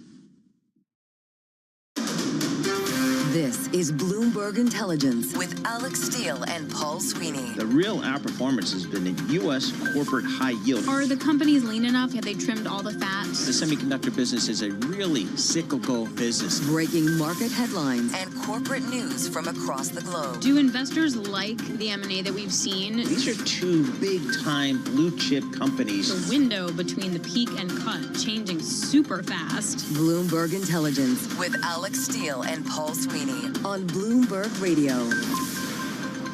Good Monday morning from the Bloomberg Interactive Broker Studio in New York City to our worldwide audience. We're also coming to you on YouTube as well. So head over to youtube.com and search Bloomberg Podcast Live, and that's where you'll find us. Coming up, we got Green on the screen here today, so we'll break down what's moving in those markets. Sean Dunn is going to join us. He's a Bloomberg News senior economics writer. Get the latest on the Trump story. It's changing by certainly the hour, if not the minute. David Bahnsen, CIO at the Bahnsen Group. He'll discuss his call for the markets. Mandeep Singh, Bloomberg Intelligence senior technology analyst, is going to come on and talk to us about Intel selling a big stake of one of their businesses to Silver Lake, which is, in my mind, the smartest private equity firm out there focusing on the technology space. That's a good partner to bring along. Allison Williams, Bloomberg Intelligence senior banks analyst. She'll talk to us about Goldman Sachs and what she's seeing from some of the big banks so far this earnings season. So we got a lot going on. Emily Grafeo sitting in for Alex Steele. Alex is out on holiday all week, so we got you today, Emily. Thank you so much for joining us. John Tucker right now is going to give us a Bloomberg Business Flash, and we'll kick this thing off. All right, and this Bloomberg Business Flash, Paul, being brought to you by IBKR. Financial advisors switch to Interactive Brokers for lowest cost global trading and turnkey custody solutions. No ticket charges and no conflicts of your interest. Learn more at ibkr.com/RIA. Rally underway, risk-on rally. The Trump administration exempting smartphones and other tech products from the sweeping tariffs. Even though this is temporary, it is giving a lift to tech shares. You have Apple among the most active. Actually, it In terms of the S&P 500, it is the leader with index points up about 4.5% right now. A best performing stock in the S&P 500 that belongs to Palantir Technologies, up 7.3%, followed by Dell Technologies, that is up 6.3% right now. The dollar lower for a fifth day, and Treasuries trying to retrace some of last week's losses. Lori Calvasina at RBC Capital Markets, she says investors haven't yet reached the next tier of fear, as she puts it. When we're in these challenging periods, we have to listen to what the market is telling us. Tier 3 would be a 27-ish, 32% type drawdown pricing and a recession. The market is not ready to go there yet, but if it was, that would take us down to kind of 4,200, 4,500 on the S&P. All right, just waiting for the next tweet or statement from the White House. S&P 500, 83 points high right now. That's up 1.6%. We're at 5447 on the index. The Dow Jones Industrial Average of 481 points. That's a rise of 1.2%. NASDAQ 100 is up 317 points, up 1.7%. As we look at the Treasury's two-year yield, that is down 5 basis points right now, 390. The 10-year yield, 7 basis points lower as we get a bid to the benchmark right now, 441. And finally, Meta is facing possible court action. The Federal Trade Commission arguing in court Meta Platforms has to be broken up for illegally monopolizing the social media market after buying Instagram and WhatsApp. Haven't heard the last of that. We check the market's view all day long, right here on Bloomberg Radio. This Bloomberg Business Flash brought to you by IBKR. Financial advisors switch to Interactive Brokers for lowest cost global trading and turnkey custody solutions. No ticket charges, no conflicts of your interest at IBKR. Learn more at ibkr.com/RIA. That is your Bloomberg Business Flash. Keep an eye on Emily. Mm-hmm. She almost shorted out the entire radio studio when she was filling in for you. Is that right? I go away for one day, and what happens here? I didn't put a lid on my cup of water, and I knew I was going to spill it. Like, I came in here, I was like, I'm probably going to spill the water. I didn't mean to throw you under the bus, but it was lo and pretty behold, dramatic. it was really dramatic. It was a lot of water. Well, that's Anthony from Sparta. That's he says, no food or drink in the studio, but there you go. Yeah. All right, John Tucker, thank you so much. We appreciate it. The aforementioned Emily Graffeo sitting in for Alex Duho. There is a lid on her cup today, so we're in good shape. I'm Paul Sweeney, live here in our Bloomberg Interactive Broker Studio, streaming live on YouTube. The pride of Ewing, New Jersey High School, Ewing High School. Well, Donna Hyrick joins us here to talk to us about some stocks. She graduated in the year of 2007. My brother graduated from Ewing High School in 1969. So it's pretty cool, though. I haven't met anybody from Ewing. So then you go on to Colgate, and then you get your master's at Columbia, and here you are talking to us about stocks. It's a good day in the stock market, Vandana. What are you looking at? It is a good day, and we already mentioned Apple. I'm looking at shares of Apple, which are rallying about 4% after the Trump administration said it was exempting things like phones, computers, some popular electronics from its so-called reciprocal tariffs. So we have those exclusions applying to a number of things, including products from Apple, obviously.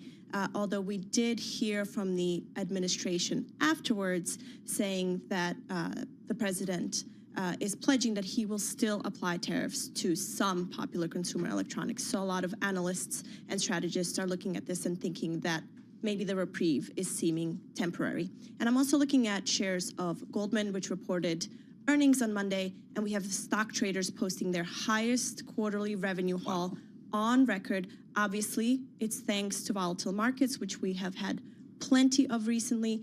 We had Goldman saying equity trading revenues rose 27% from a year earlier to $4.19 billion for the first 3 months of the year. And we had JP Morgan Chase and Morgan Stanley last week telling us a similar story, notching record stock trading hauls for the period. But I see here that Mr. Solomon, the CEO of Goldman, saying no fundamental shift on macro slowing M&A dialogues here. So the traders are having a good time, but there's some concern from the advisory side of the business. Deal making is remaining challenging, obviously, because of all of the uncertainty coming from the White House in terms of what can happen with M&A deals, et cetera. And the third company I'm looking at is Pfizer. It said it's going to stop developing an obesity pill that investors had been really closely tracking and watching after the said pill was potentially linked to a liver injury in one of the patients, so they had to stop that trial, and the company said it won't be advancing this once daily medicine into the final stages of testing, and it will instead be investing in earlier stage treatments for obesity, and we have shares of Pfizer up about 0.5 percentage point today. Yeah, whoever does come up with the pill version of this thing is going to really have an advantage. Right, instead of injecting it. Yeah, instead of the injection. All right, Vidana, thank you so much for joining us. Vidana Hyrick joining us here. She's a Bloomberg cross-asset reporter giving us the latest moves in the stock market. Again, what's driving this market? We're right in the middle of earnings, but boy, it's just always on the whim of any particular social media post that can really move this market. Sean Donnan joins us, Bloomberg News senior economics writer. Sean, the weekend did not clear up the tariff situation here. Different voices, seemingly with little, slightly to meaningfully different messages about the tariff strategy. Where are we this morning? Well, I'm glad some people had a weekend. I spent it working, thanks to all this. Look, it's more confusion coming out of the White House in terms of its messaging, at least. And really what we're seeing is, it looks like, the president and his aides trying to kind of satisfy all sorts of different constituencies, ranging from Apple and big companies who were hit hard by these tariffs last week and got hit even harder as he escalated them on China. And then you had this kind of weird difference in tariffs materialize where Samsung, Apple's main competitor for smartphones and other devices, was facing a much lower tariff for goods coming into the United States because it doesn't produce much in China than Apple was. And so the administration seemed to try and fix that. And then at the same time, they came back the next day and we're making the point that, well, there's still these semiconductor sectoral tariffs that we want to put in place, and those are going to hit lots of products. Now, they're going to hit those products at a much lower rate than the 145% tariff that applies on stuff from China. And it's, the details are important here. What the administration wants to do is launch an investigation that after a few months would likely lead to tariffs on imported semiconductors. It also wants to make sure that any devices that include semiconductors are subject to tariffs. But it could be that it's only the kind of the value of the chips inside those devices that are hit by duties rather than the whole value of the devices. It could also be that there's exemptions for U.S.-made chips that are put into devices overseas and then imported back into the United States. This is all really complicated because trade is really complicated and tariffs are really complicated. Right. So, Sean, what does it mean for specific companies now? I mean, obviously, Apple comes to mind. We were just talking about that stock higher today. Is it just up to each individual company to negotiate some type of exemption that works for them right now? Well, I mean, to be clear, this exemption that went into place at the weekend doesn't just apply to Apple. It applies to lots of other tech companies. NVIDIA benefits from this as well. And laptop producers benefit as well. But it sets up the system, and I think this is something that President Trump seems to relish, whereby lots of companies and industries have to come begging for exemptions to him, and he has the power to decide. We're seeing that at the country level, right? Where the European Union is coming to town here in Washington today to have some meetings to try and negotiate a deal to get out of these reciprocal tariffs. We'll see other countries follow in the days to come. But, again, we have now this system set up whereby essentially one man, President Trump, decides who is subject to tariffs or not. So who other than President Trump, is there anyone else we should be listening to? It seems like depending upon who we listen to, who gets on the Sunday morning talk shows, we get different messages. Yeah, look, I mean, there was a great example of that yesterday. Howard Lutnick gets on the morning shows and says these new sectoral tariffs won't be open to any negotiation. By the evening, when President Trump is flying home on Air Force One and talking to reporters, he says, well, actually, we may have some talks with companies and, we have to be flexible here. So really, at the end of the day, President Trump decides what happens. And what we've learned over the last couple of weeks, again, is that you can listen to lots of other people in the administration, but at the end of the day, it's really what President Trump decides that determines who is subject to tariffs and how they will apply. All right. Very good. Sean Donnan, thank you so much. We appreciate that. Sean Donnan, senior economics writer for Bloomberg News, joining us from Washington, D.C. He, amongst many of our reporting team, are staying on top of this tariff story because, again, changing very frequently, and it's a very fluid situation, and it does move markets. So we need to stay on top of that. Speaking of markets, we have a good one today. S&P's up 1%. The NASDAQ's up 1.25%. We're going to have more coming up. This is Bloomberg. Good morning.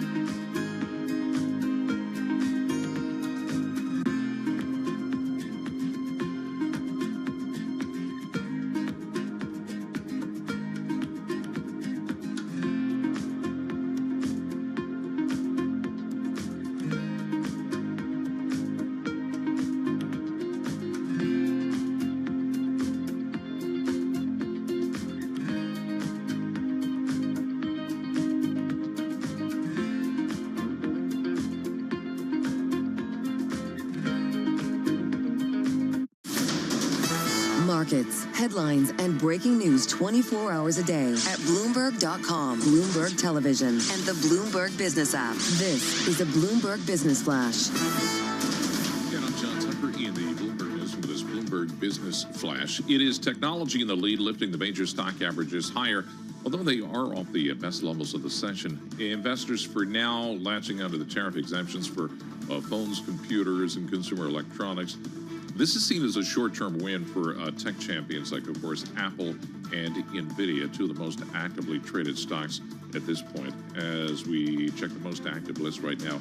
At the top of the list, you have shares of NVIDIA. They are up 1.1%. Apple shares 3.6% higher than Palantir Technologies. Those shares up close to 6%. Goldman Sachs reporting first quarter earnings of $14.12 a share. That beat analyst estimates.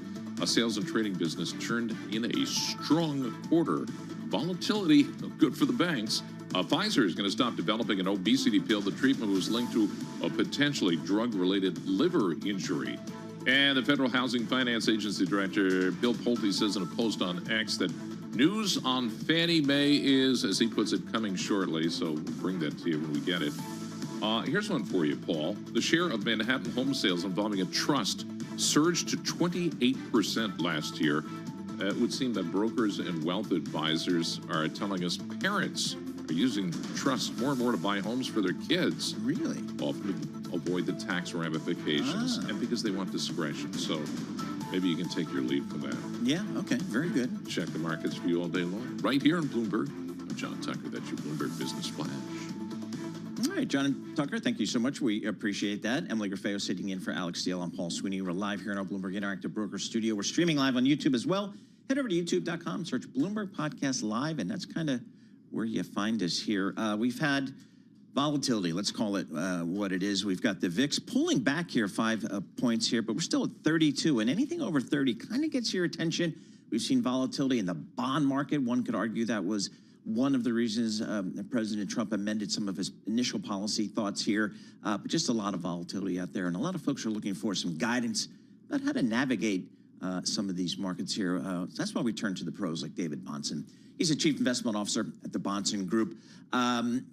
David, how are you communicating with your clients here today? What is the message as we see these big swings in the markets? We are communicating early and often. That's how we're communicating. lots of stuff to say. And it's really addressing stock market, bond market, macroeconomic. I've decided to try to do a lot, even evaluating small business implications. It doesn't affect investors day by day in terms of the bottom of their screens, but it's going to have a lot to do with where we go Q3 in the economy.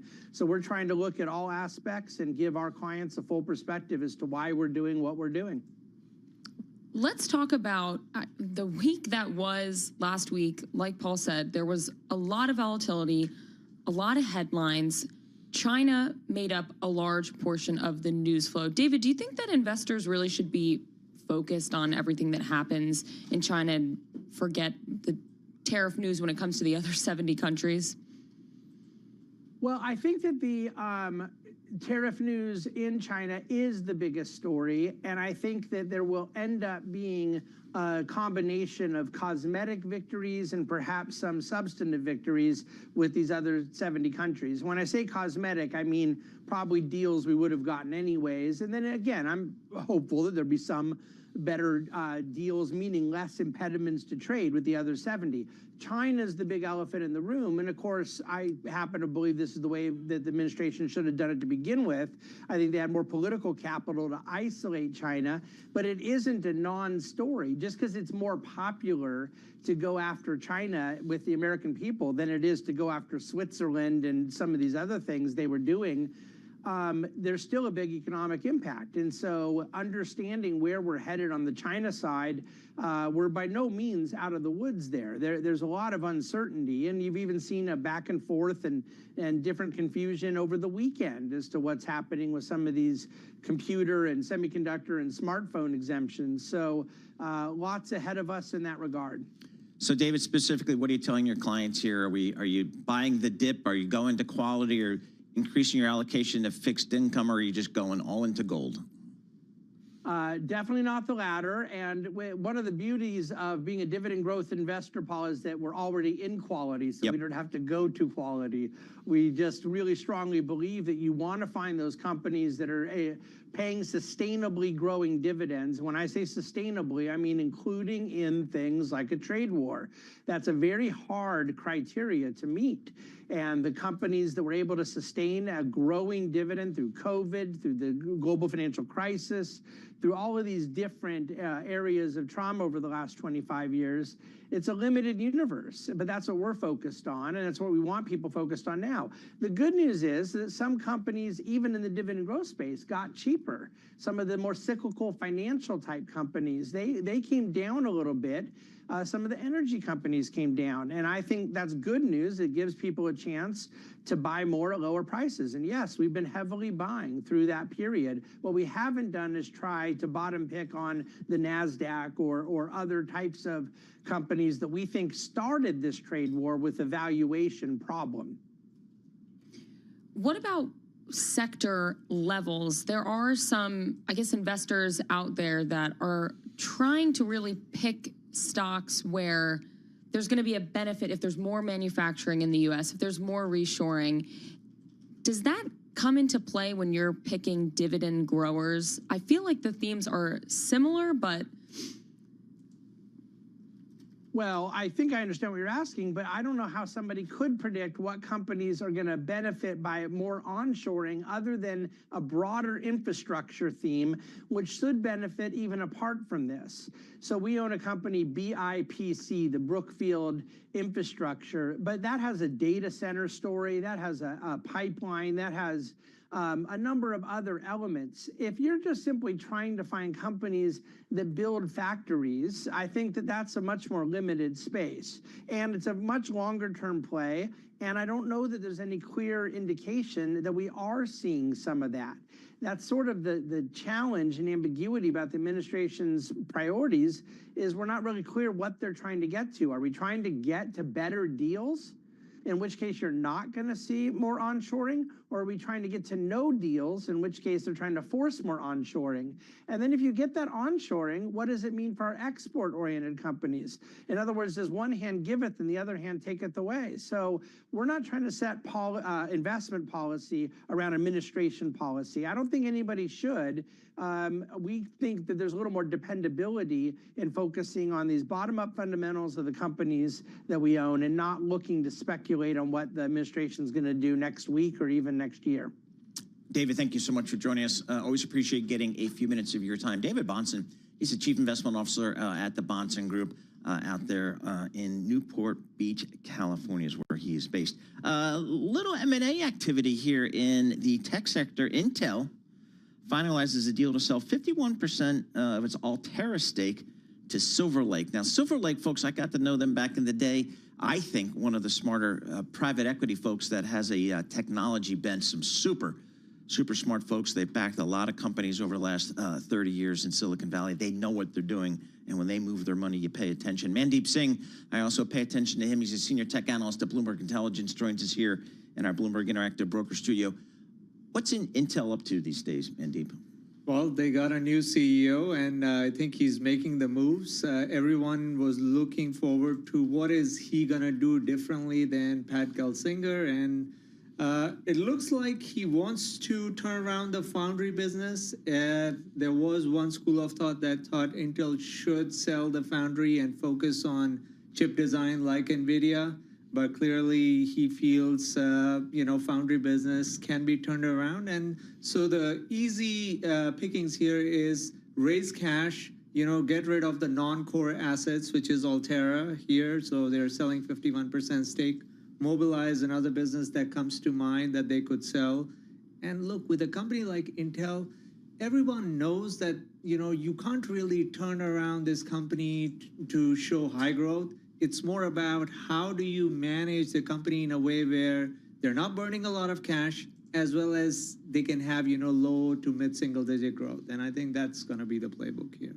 So Mandeep, is Silver Lake getting a good deal then with this acquisition? I think so. I mean, Intel paid, $16 billion plus 10 years back. So they held the company for 10 years, and now they're selling at half the price. And look, this isn't a high growth asset, which is why it was non-core to Intel. But we know semis isn't that sweet part of the cycle where everyone seems to be bullish on AI and semis. And so maybe Silver Lake can come up with a better way to, leverage Altera in that semi space, because that's what everyone seems to be excited by. How can I play in the demand for semis? Why did they sell the whole thing? Well, I mean, it's a private equity player, so they're not going to put a lot of money in one asset, and they just wanted 51% so that they can run the company. At the same time, Intel can benefit if they are able to successfully turn it around. And I think Altera still needs Intel technology to be successful. So it's not as if there's a complete decoupling. It just allows Intel to focus more on the core business, the foundry and their CPU business, as opposed to focusing on Altera and Mobileye, I think, good down the line. Should we expect with this new Intel CEO to see more news like this, Intel selling other parts of its business? I think so. Mobileye is definitely another one, which is non-core to Intel, even if they want to double down on AI and chip design within AI. I mean, Mobileye is more autonomous driving. And that also came from another acquisition that Intel did back in the day. So I hope they don't end up taking a loss on that one. But I do think the playbook here seems to be that they want to focus on foundry and core CPU chip design. Foundry, that's making chips, right? Yes, the manufacturing side. Now, who else does that? Well, we just heard the news around NVIDIA, using TSMC to make their AI supercomputers here in the U.S. So that was quite a bit of news, because I would have thought TSMC would partner with Intel, and there was some rumblings about, TSMC doing something with Intel, at least here in the U.S. But it looks like NVIDIA is thinking about making their next AI supercomputer with TSMC. No talk about Intel. And that will be here in the U.S. I thought there's some deal out there where Intel's going to do a bunch of that stuff. Yeah, so that's where there was talk about Intel and TSMC partnering. Okay. So that was the foundry side of Intel, but I don't think that's happening now. So the Biden plan with Intel, which was to do a big deal, big investment, is that still on or no? So the CHIPS Act money was given to Intel. It was also given to TSMC for the Phoenix fab, where they will be making this AI supercomputer with, NVIDIA. But look, I think in the case of Intel, the challenge has always been, why have they not participated in this AI wave? And the CHIPS Act money didn't help over there. All right. Mandeep Singh, thank you so much. We appreciate it. Mandeep Singh, he's a senior tech analyst. He kind of runs our global technology research franchise over at Bloomberg Intelligence. And he and Anurag Rana are the thought leaders there, and they kind of drive the process forward here. Intel selling 51% of one of their businesses to Silver Lake, but a steep valuation discount. That had to hurt. We'll have more coming up. This is Bloomberg.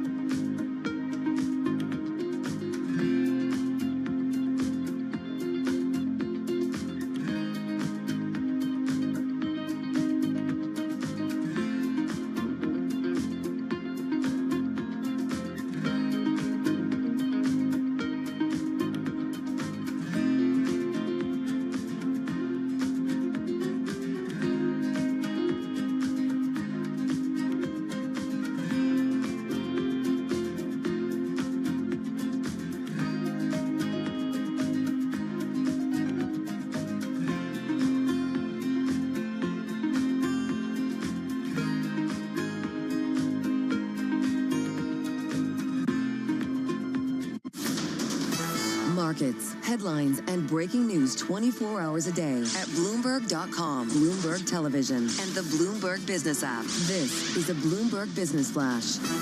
And I'm John Tucker at the Bloomberg Newsroom with this Bloomberg Business Flash.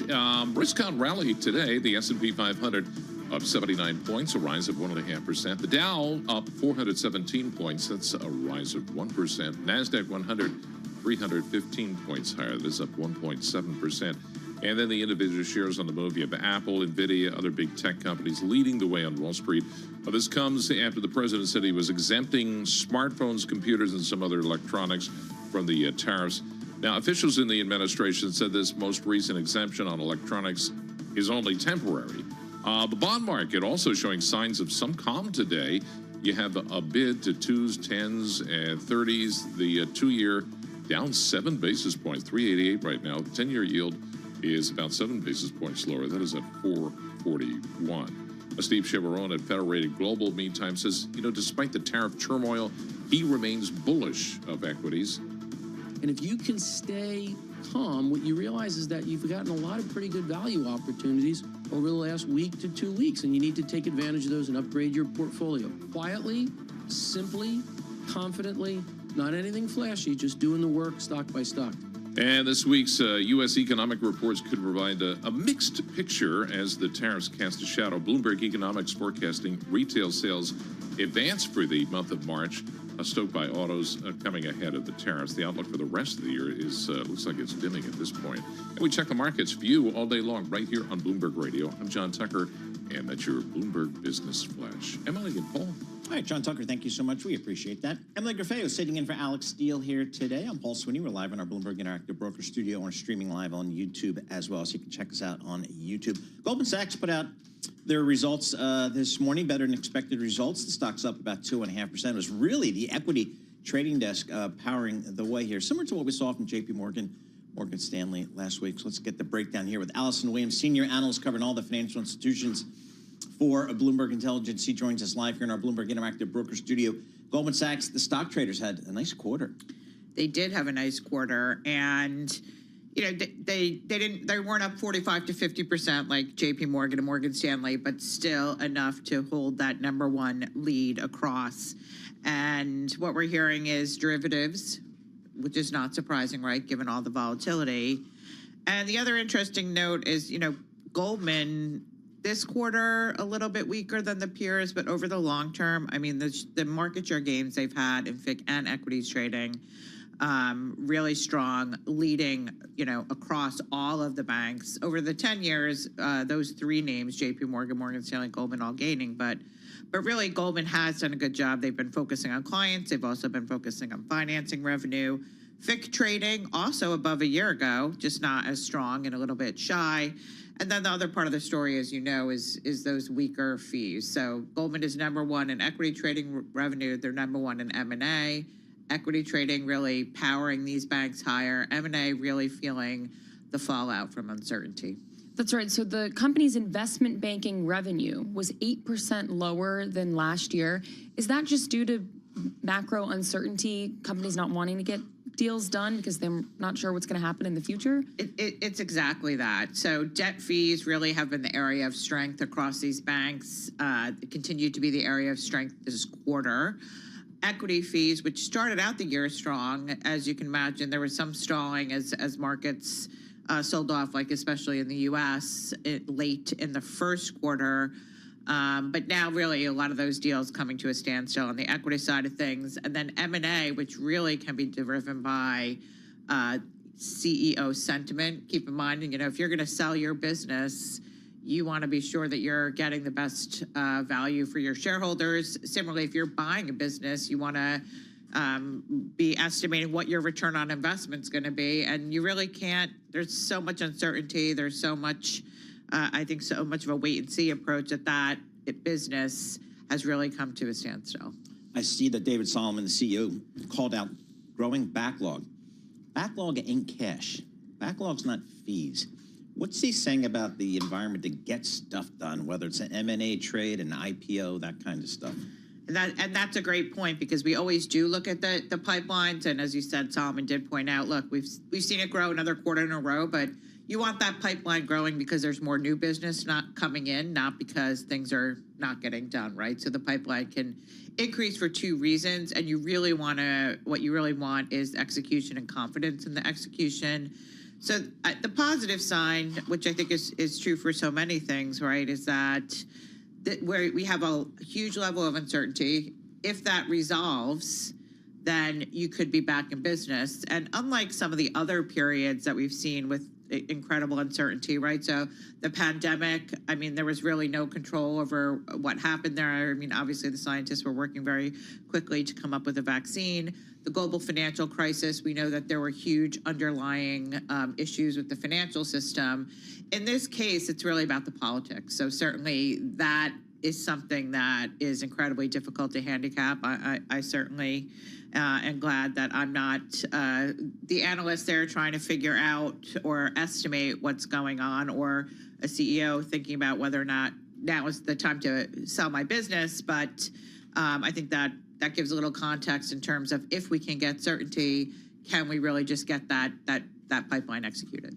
What's the high-level takeaway from bank earnings now that we've already seen Goldman, Morgan Stanley, Wells Fargo, and JP Morgan too was on Friday, right? Yep. So we've seen all the big banks basically report, and they beat. What are investors supposed to take away from all of this about what it's telling us about the health of the banking sector at large? I think, so earnings, as we know, are backward looking, and things looked very healthy in the first quarter.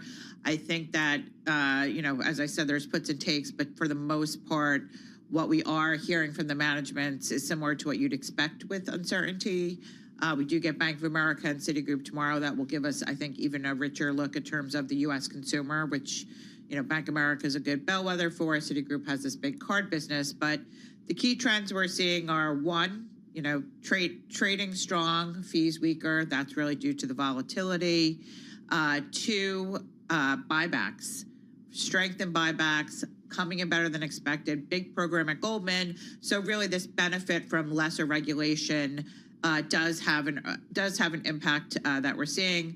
And then third, uncertainty manifesting in credit provisions. We saw a big provision at JP Morgan, or I should say a sizable provision there, less so at Wells Fargo, but both pretty conservative. So in terms of what they're estimating going forward, and again, not based on what we've seen, but uncertainty, we expect the same at Bank of America and Citi tomorrow. What's the headcount story on Wall Street these days? I mean, if this kind of outlook and this uncertainty, are they going to start cutting back headcount, do you think? I think that's exactly goes to your point earlier, Paul, about pipelines, right? So we have the pipelines. If we get uncertainty, we can get that relieved. The CEOs are talking positive, but actions do speak louder than words. We did see cuts at Morgan Stanley. Certainly, they cited their typical review being pulled forward. They cited technology, but certainly the timing, I think, is instructive. And Goldman Sachs also talking about cuts that they'll be making in 2Q, flagging some severance charges there.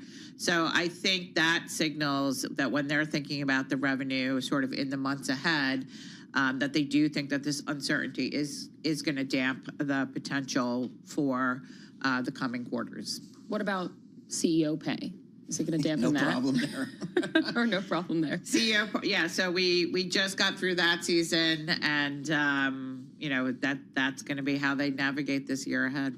Yeah, I mean, they're all in that $34-35 million range all in, so good for them.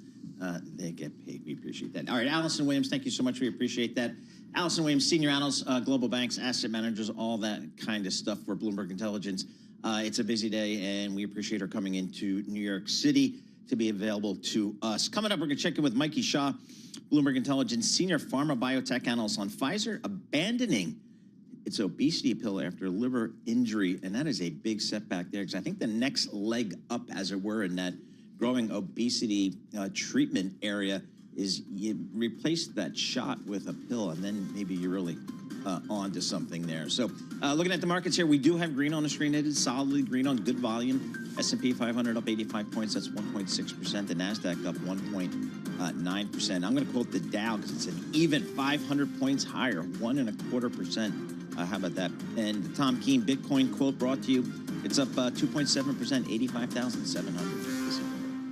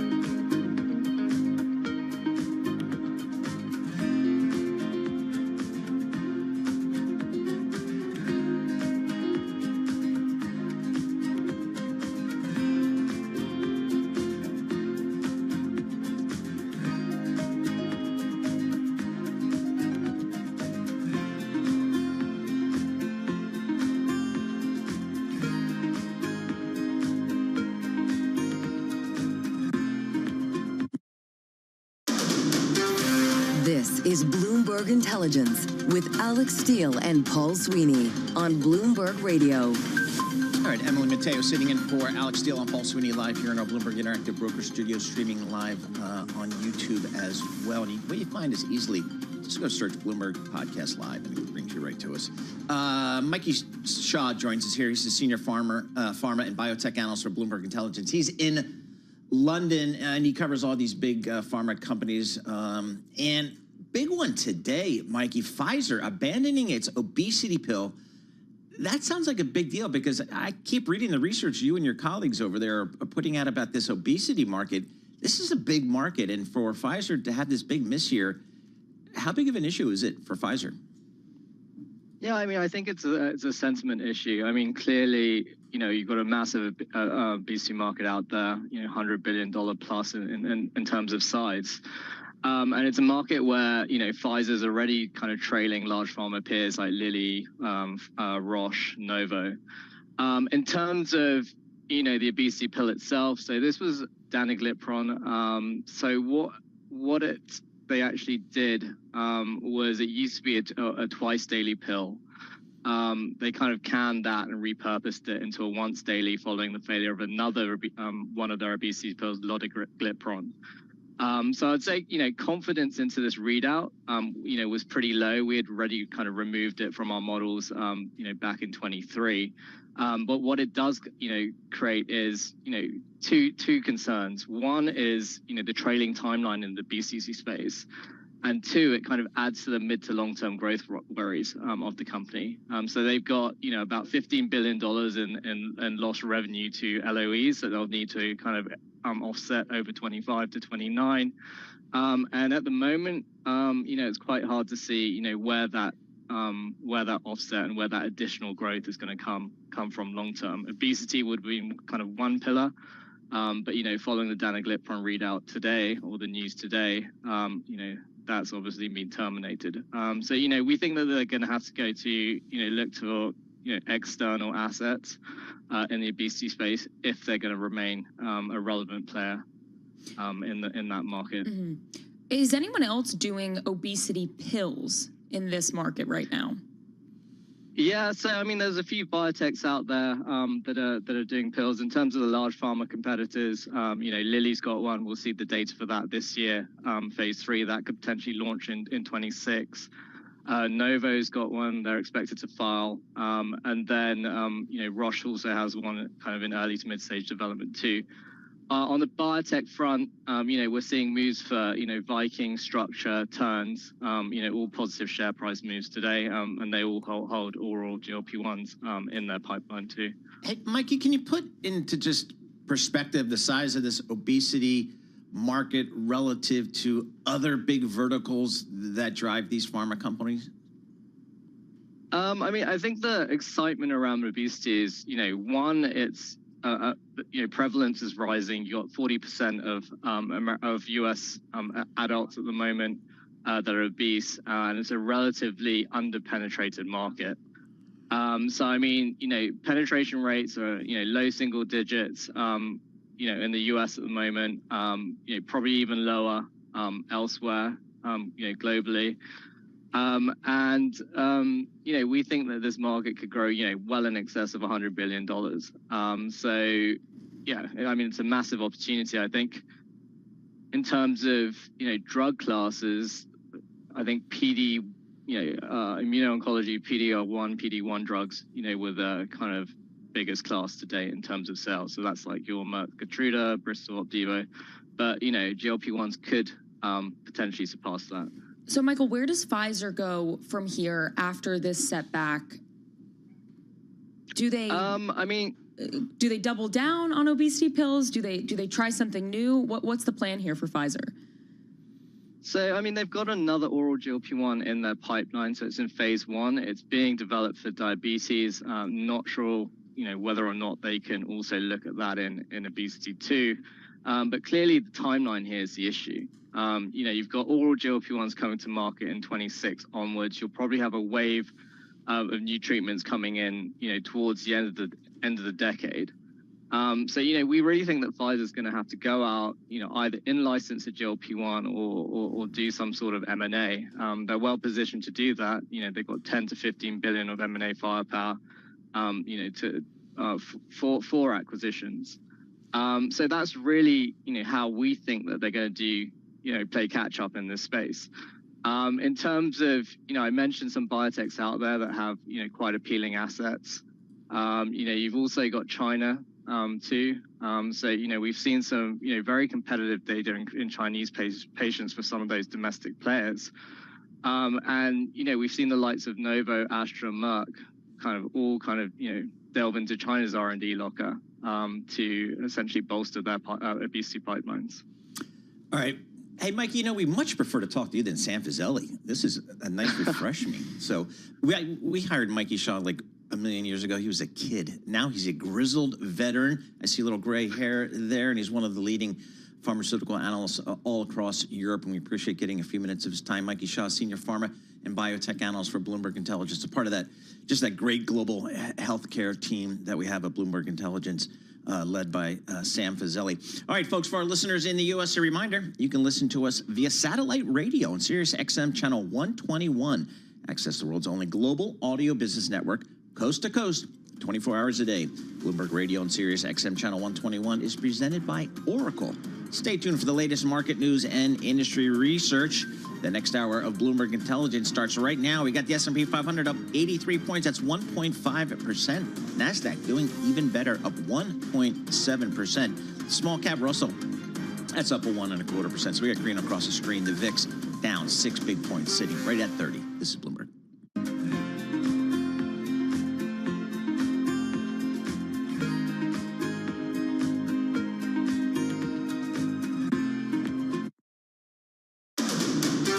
This is Bloomberg Intelligence with Alex Steele and Paul Sweeney. The real outperformance has been in U.S. corporate high yield. Are the companies lean enough? Have they trimmed all the fat? The semiconductor business is a really cyclical business. Breaking market headlines and corporate news from across the globe. Do investors like the M&A that we've seen? These are two big-time blue-chip companies. The window between the peak and cut changing super fast. Bloomberg Intelligence with Alex Steele and Paul Sweeney on Bloomberg Radio.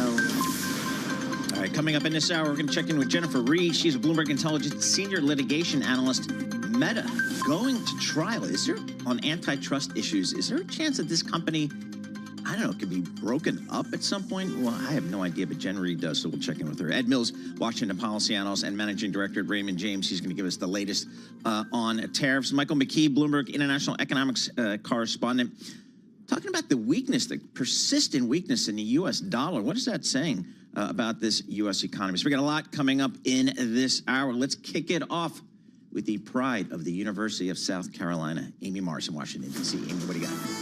All right, thank you, Paul. Goldman Sachs reported equities trading revenue for the first quarter, beating the average analyst estimate.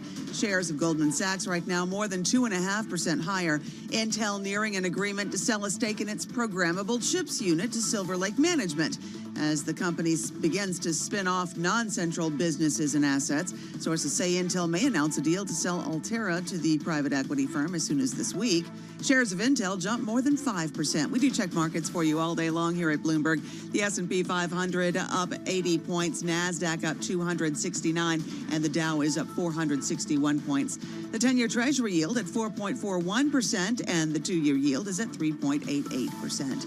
Lori Calvasina at RBC Capital Markets says investors have not yet reached what she calls the tier of fear. When we're in these challenging periods, we have to listen to what the market is telling us. Tier 3 would be a 27-ish, 32% type drawdown pricing and a recession. The market is not ready to go there yet, but if it was, that would take us down to kind of 4,200, 4,500 on the S&P. Lori Calvasina at RBC Capital Markets. And again, the S&P right now up about 1.5%. For on-demand news 24 hours a day, subscribe to Bloomberg News Now wherever you get your podcasts. I'm Amy Morris. That's a Bloomberg Business Flash. Now we go back to Bloomberg Intelligence with Paul Sweeney and Emily Griffeo. All right. Amy Morris, thank you so much. We appreciate that. Emily Griffeo sitting in for Alex Steele. I'm Paul Sweeney. We're live here in our Bloomberg Interactive Broker Studio, and we are streaming live on YouTube as well. Denitsa Sakova, cross-asset reporter, joins us here in our studio. Skiing in Bulgaria. Is that what you're pitching me this morning? Yes, I'm pitching it. It's actually one of the cheapest places to go skiing. It's pretty good. The food is great. We have good spa. I'm not here to promote Bulgaria. I'm actually here to talk about other countries. But I'd rather talk about skiing in Bulgaria. It's pretty good. I went this Christmas. All right. It's very Oh, nice. is that right? All right, I'm going to Google that. All right, we got a big, strong market here, Denitsa. What are you looking at in terms of the individual stocks? Let's start with Apple. Obviously, that was a big name looking into the weekend. We had that big exemption being announced. We've had a lot of back and forth on the language, whether it's temporary, whether it's not. But still, the stock is seeing a big relief. It rose as much as 7.5% today. Now some of those gains have faded. Of course, the exclusions published on Friday narrowed the scope of the levies and potentially phones, computers, and chips may be excluded. Of course, you can think of Apple as one of the main beneficiaries of that. And of course, NVIDIA and so many other companies are rallying on this. Yes, there has been a lot of back and forth, but what we're hearing from analysts and, for example, KeyBank, they're saying this is probably the best case scenario for Apple. We're still seeing the company prepare for the worst case scenario because unit shipments actually surged 10% in the first quarter, and clearly all companies are trying to accelerate their shipments before the tariffs. Now, one fun fact is that Apple is on pace for their 5th day in a row of moves of up or down 4%, the first time since the great financial crisis.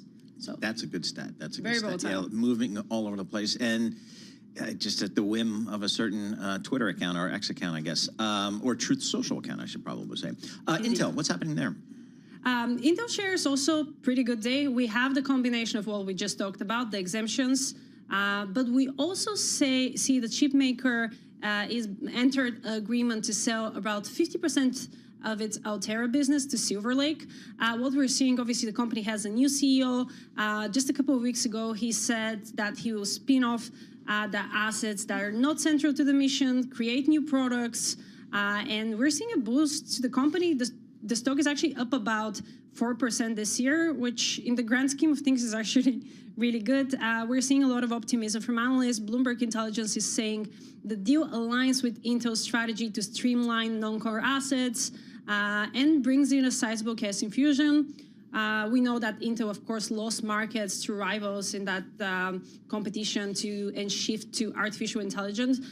So clearly, this is positive for the stock.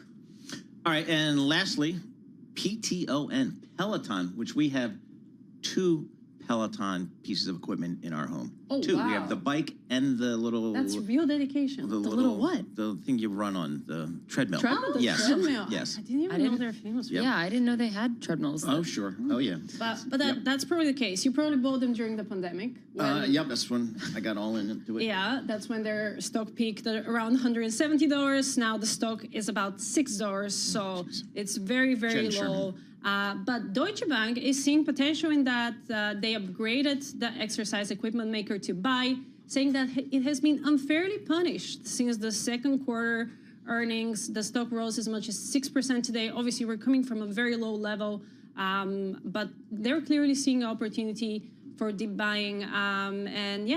One opportunity they're seeing is the defensibility of the company earnings growth against challenging consumer backdrop. So it has that strong consumer base, and that can lift the company. And today is a good day for Peloton. Still down 33% year today, we have to say. Exactly right. All right, Denitsa, thank you so much. We appreciate it. Denitsa Sakova, cross-asset reporter for Bloomberg News, joining us here in our studio. Also joining us in our Bloomberg Interactive Broker Studios, Jen Rhee, Bloomberg Intelligence Senior Litigation Analyst, Meta. All right, going on trial, can you just give us the background of what's happening with Meta in this trial? Who are they trialing against and what's going on? You know, it's actually really simple and straightforward. Most antitrust cases aren't, so it's kind of nice. This is just about Meta, at the time Facebook's acquisitions of Instagram and WhatsApp.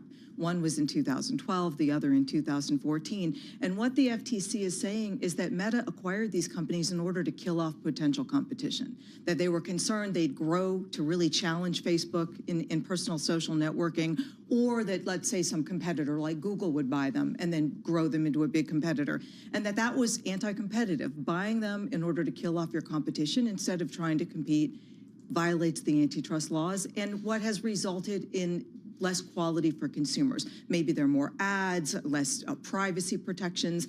So it's really a quality thing since we don't pay for Facebook. What has Meta said so far, or at least what are they planning on saying? Well, first of all, there's a big argument here about how to define the relevant market. This is a big deal in antitrust cases, and they can rise and fall. That means what's the sphere of competition? Because you need to know what that is in order to understand what Facebook's market share is and whether it has a monopoly or not. So basically, the FTC says that Facebook doesn't compete with anybody out there except really Snapchat and another app called MeWe. Not TikTok, not YouTube, not X, nothing else. And Facebook says, no. The sphere of competition is much wider than that. And if you looked at all of the different apps, sort of social type apps that we compete against, we definitely don't have a monopoly. We probably have less than 30% share. That's going to be a big part of, big aspect of contention in this trial. What do you think? I know you have opinions. I do have opinions. So I will say, I'm going to say something lawyerly. Okay. Obviously, these trials. Because Jen is before she came to Bloomberg Intelligence, she was an antitrust attorney. So. Right. So the lawyerly thing is that these things really rest on the facts and evidence proven at trial. Antitrust more so than anything else, I think. But going in, we do think that Meta has an edge here for a couple reasons. First, the judge has been skeptical all along. He has issued a few opinions in this case, which was filed, by the way, during Trump 1.0, first administration, right? And then prosecuted mostly through the Biden administration. He has expressed skepticism that the FTC can prove its allegations in court. So, that's a hint. The second thing is, I do think there's some difficulty with this market definition because the FTC said, well, the market is about a social graph. That it's about sharing with a curated set of friends and family, and that all the other apps are different. Let's say LinkedIn is work, and TikTok is a content graph, not a social graph. But when it calculates the market share, it calculates it based on all the time, all users, everything that they do on Instagram or Facebook. You might be shopping, right, on Facebook Marketplace. You might be using the dating aspect. You might just be looking at a video. You can do that on many other apps. And so they're kind of trying to have their cake and eat it too there. And then I think it's very difficult to prove that consumers were harmed by this. That's what you have to show in the end, that this caused consumer harm. Facebook didn't just buy them and kill them. Facebook bought them and put in a lot of resources and grew them into apps that people love. What is at stake here numbers-wise for Facebook? Because honestly, just anecdotally, I don't use like Facebook.com really anymore. But I do use Instagram. I use WhatsApp. To me, it feels like Insta. What do you call it? IG? What do you call it? Instagram. Yeah, I probably wouldn't say the gram. Insta, maybe if I'm texting something. Right. Just to shorten it. But like those are really big parts of the business, aren't they? And that is why this is so risky. You just put your finger on it. I mean, the last I looked, Instagram and WhatsApp contribute about 44% of the advertising revenue for Meta. That is big. And it's because a lot of people have moved over and primarily use Instagram rather than what they call Facebook Blue, which was the original Facebook before Instagram. So this is a big deal because the FTC is asking that they be forced to sell it off. That's what the remedy they're asking for? That's what they're asking for, yes. What do you think a more realistic, were they to lose or not, just have some negative resolution to this litigation, what do you think the judge could suggest that maybe absent or just short of breaking the company up? I think it's difficult here because the other step would be a behavioral remedy. And what would that behavioral remedy be? Or maybe it could be something that's quasi-structural, like sharing data, allowing better interoperability. So if there's some new nascent, social networking company, that it's easier for people to transport all of their friends and all of the information they've put onto Facebook over to that one. Something like that maybe could be sort of a step below having to sell these entities off. But, I'm not really sure what a good settlement would be or a good solution would be outside of selling off Instagram or WhatsApp. Why did I know you said the FTC is looking to see if consumers are harmed. I'm wondering just how this specific antitrust case stacks up against what we've seen in the past when it comes to antitrust and big tech. Is it all that surprising to see, I guess, this case right now, or is this typically we do see FTC kind of crack down like this? Well, I'd say what's happened in the last 5 to 8 years is surprising. So we went many, many, many years with no monopolization suits really against any big company. There was one by the FTC against Qualcomm, maybe about 7 years ago. The FTC lost that suit, but there was just nothing. And so all of a sudden to have this big slew of cases, mostly against big tech, but there are other companies also that have now been sued by the Department of Justice or FTC for monopolistic conduct, is new and different, and we're going to be getting some decisions, and it's going to be very interesting to see what happened. You know, Google Search has already been found to illegally maintain its monopoly, and that hearing on remedy is starting April 21. Is it bipartisan, I guess the push for breaking up these big tech companies? You know, it really is, very much so, more than it ever has been, but in some respects for different reasons. You know, the Democrats really just generally worry about big, powerful companies, a company having too much market share and therefore, you know, being able to kind of be a gatekeeper. Whereas I think there's some contingent of the Republicans that are concerned about their ability to censor conservative content. And so they're coming at it maybe for different reasons, but there is a bipartisan interest in doing something. What do we know about, have we heard from the Trump administration how they view this case, or maybe how they view big tech in general? I mean, I've got Elon Musk in very close proximity to the president. I would think he'd be whispering pro-tech things to him. I don't know. You know, like many aspects of this administration, there are some mixed signals. We do know that a lot of the big tech CEOs and executives have been in and sort of currying favor with the administration. But we know that the enforcers that President Trump appointed at the DOJ and FTC tend to be anti-big tech. They have made comments and done things in the past. And they say they're going to continue to aggressively pursue these cases. But even Mark Zuckerberg himself, he's been, I don't want to say cozying up to Trump, but he's definitely been getting closer to him just visually. I mean, he was at the inauguration like all the other big tech CEOs. Does that have any sway in this matter? I mean, obviously, it's the FTC. It's not. I think down the road, maybe it could. I think if there was a settlement right now, I think it would look really bad. And I also think that there's still some bad blood about the 2020 election. You know, President Trump had blamed Facebook for his loss in that election. And also there's still this anger about this perceived censorship of conservative content. And then the other thing you have to remember is that so long as there's still this lawsuit hanging over Meta, there's leverage. You know, the president has leverage. We'll see what happens down the road. Let's say the FTC does win and we move into the remedy phase. We could see a settlement at that time. Something like that could happen. So that the feeling, or one of the Trump trade arguments for after his election prior to his inauguration was, we're going to have an easier regulatory environment from a M&A perspective, a DOJ, FTC, but that really doesn't, I'm not sure it's playing out. How do you guys that do it every day? How do you guys think about it? I think it will play out. I think it's too soon for it to play out. I do think in the M&A space, it will play out because we had the Biden administration that refused to settle any deals. If they thought the deal was problematic, they're going to go to court, and it led to either litigation or the deals getting abandoned. You had a huge, huge list of abandoned deals during Biden. I think we have seen signals from both the Department of Justice and Federal Trade Commission that if they think a deal is problematic, they are willing to consider settlements. Could be, you know, structural, a sale of some assets in order to allow the broader deal to close, or behavioral. And so I think we're going to go back a little bit to what we think of as more conventional merger enforcement, where more deals can close and fewer get challenged in court. All right, off topic. Is AI going to impact the legal industry? I think so, absolutely. You know, I worry about my own job when it comes to AI. I think there are roles in the legal industry that cannot be replaced by AI. You have to get up in court and argue as a litigator, right? And you can't get replaced. But certainly there are research aspects, summarizing materials, helping prepare for depositions. I think there is work that can be done eventually by AI, which could mean a leaner legal profession. Interesting. Yeah, I was just thinking of anybody who creates content, it seems like. That's kind of how I'm thinking about it. Right. Could be at risk. And I was just talking to a CEO over the weekend, and he said, you know, ChatGPT, what's the economic risk to X?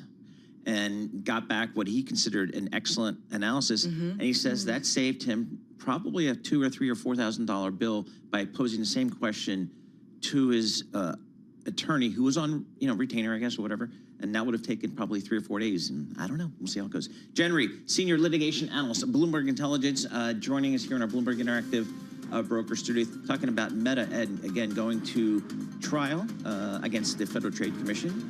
Talking about some antitrust issues there. The stock is that stock is off about 1% today. Stock of Meta and down about 8% this year. S&P 500, it's up.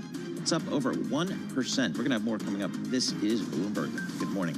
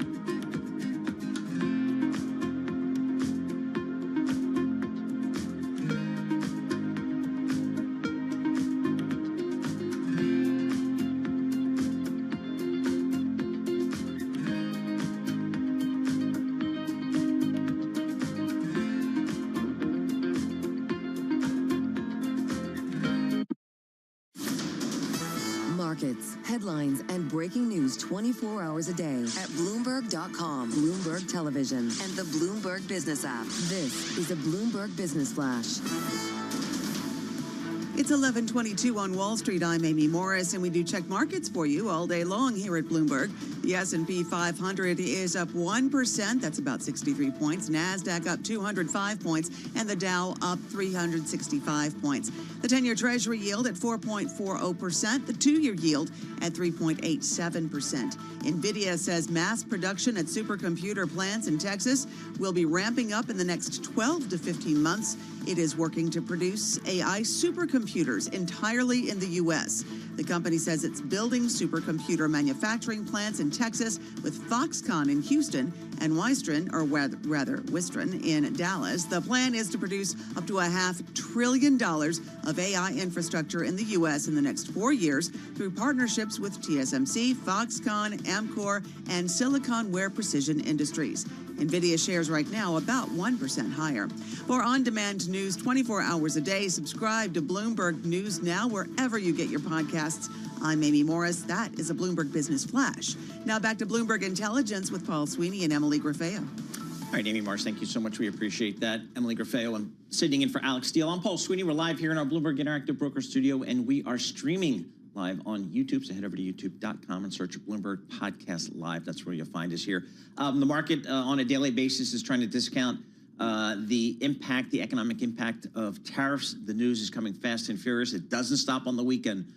Folks, we had a lot of news coming out about exemptions on certain electronic equipment that really are being helpful to the market. Certainly here this morning, it appears. Ed Mills, he follows this stuff for a living, managing director and Washington policy analyst at Raymond James, joining us here.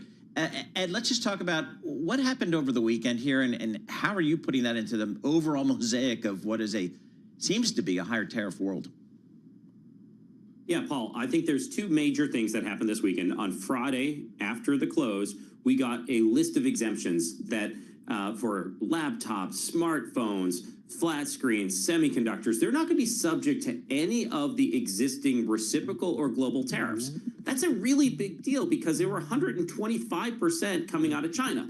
On Sunday, though, some of that excitement was walked back because they're not going to be free from all moving over into what's known as the national security bucket of tariffs. And there's an investigation which is maybe already ongoing, but will be officially announced sooner rather than later. And within a couple of months, there's going to be specific tariffs, not only on semiconductors, but on a lot of parts of the electrical supply chain. A lot of those things that got exemptions on Fridays will get new tariffs going into the future here, Paul. So how justified then are analysts here saying that this is a win for Apple? This is a win for these tech companies. I mean, you look at what the markets are doing, and certainly at least today, there is optimism in the tech space. But is that rightfully placed, Ed? I think it is, because I think you're walking away from the worst case scenario. By no means a base 20% tariff of everything coming out of China that remains. That if we look at this in a couple months, our base case there is an additional 25%. But this is Donald Trump resetting the bar, Emily. And I do think that there was a real concern that 145% rate was going to stick on there for quite some time. And by putting out the exemptions on Friday really brings up a lot of questions here at Raymond James from investors who reach out and say, what's the next exemption? If there is a Section 232 investigation, what we've seen in the past is a lot of companies, a lot of countries, a lot of products have asked for exemptions, and those exemptions have been granted. There's nothing guaranteed here, but walking back from what was a pretty onerous set of tariffs on Friday to less bad today, less bad means the stock should be up. Is there any sense, Ed, what causes President Trump to maybe change or make or alter some of these tariff decisions? Is it the stock market, the bond market? Is it just somebody, whoever was the last person whispering in his ear? Do we know how that process works, if there even is a process?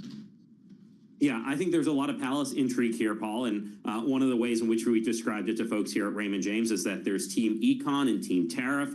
Team Tariff was in charge. Team Econ seems to be more in charge. I do think if you take a step back, I don't think Donald Trump had anticipated to be up at 145% tariff on everything coming out of China. And so when you got to that level, something had to give. He either needed to have an exemption or Congress and the courts are going to step in and block this. So I do think it's a little bit of things are moving in real time. It does depend upon who's in charge. What they would say is this was the plan all along. I do think the plan all along was to establish a certain bucket of national security tariffs, which we're going to get. But I don't think the plan all along was to go to 145 with China and then be forced to provide this relief so you didn't get overrun by courts or Congress. So who's Team Econ and who is Team Tariff? And what should investors be watching?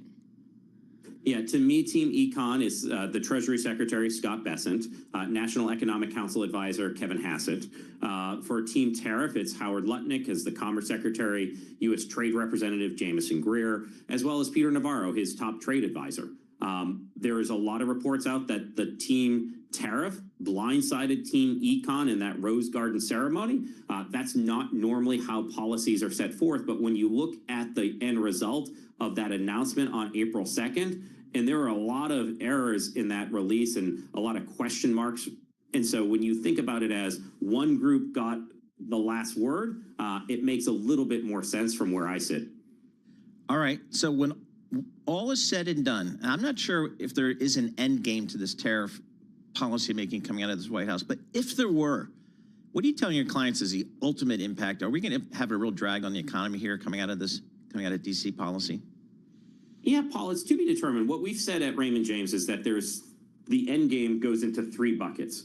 Bucket number 1, new revenue raisers. Congress is poised to potentially pass the single largest bill by dollar amount in U.S. history. Congress needs a new revenue source to have the political support to do that.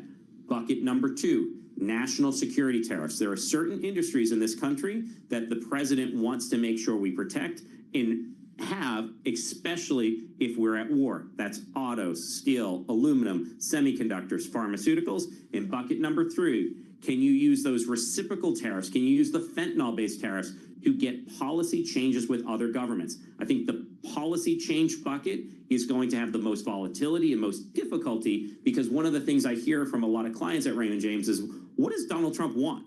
And I don't think he's identified it, and I don't think that countries are coming to the table as quickly as he wants. Certainly folks are, but China is not really willing to come to the table. The EU doesn't really know what they want, so that volatile piece of bucket number 3, the more that gets implemented, the more there is a potential economic drag, because for every 10% global tariff increase, that from our economist says it's about a 1% drag on GDP. We're looking at 20-30% tariff increases across the board if what has been announced gets implemented. All right, Ed, thanks for helping us kind of get up to speed on this ever-changing and fluid discussion. Ed Mills, Managing Director and Washington Policy Analyst for Raymond James here. All I know is this trade uncertainty, this tariff uncertainty is creating economic uncertainty. And one of the places you see it is in the U.S. dollar. People are selling the dollar seemingly across the board here. And you think about times of volatility, you think about the dollar as a safe haven. Well, not this time around. So let's check in with Michael McKee, Bloomberg International Economics and Policy Correspondent. It seems a little odd. You know, I think for the last 6 years I've been doing this, Michael, anytime a FX strategist would walk in here, I'd say, what's the bear case for the dollar? And I'd never get any good answers.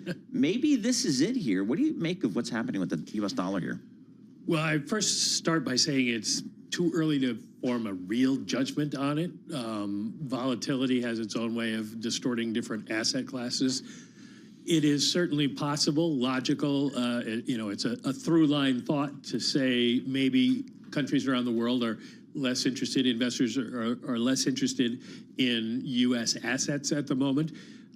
We have seen certainly the equity markets go down. They're up today, but it had been going down, and the bonds had been going down. They're going up today. But if people weren't coming in from overseas, then you would see some sort of problem with the dollar. Now, what's really unclear is this a short-term, we don't like what you're doing kind of feeling, or is it the beginning of a change in the dollar's relationship to the rest of the world? When it comes to the bond market and perhaps these trades of investing outside of the U.S., why is it something that Wall Street should be concerned about if there are really foreign investors reducing bond exposure, U.S. Treasury exposure? Why is that something that would potentially be worrisome? Well, the biggest reason would be the reducing Treasury exposure, because then Treasury's going to end up with higher interest rates, and that's not going to be good for the budget deficit and for our financing. There are certainly arguments for a weaker dollar to help U.S. exports, and that is one of the professed goals of many of the Trump administration for their various moves. And so, you know, it's hard to say whether you should be worried or not. You should be worried if you think it's going to be a longer term thing where the government has trouble selling treasuries. But last week they sold 10s and 30s and stopped through on both of them, had very good auctions. So the argument for a lower dollar isn't, or one of them is that does make our exports more attractive. How important is that to the U.S. economy? That depends too. It depends on what the president really wants to trade off for that, because it also means higher interest rates because you get higher inflation, and so it's a balancing act. And the weird thing about currency theory and the dollar is that theory would be that if you have a big deficit, that your currency would weaken and it would help balance the deficit. But that hasn't happened in recent years because the U.S. dollar is so dominant in the international payment system.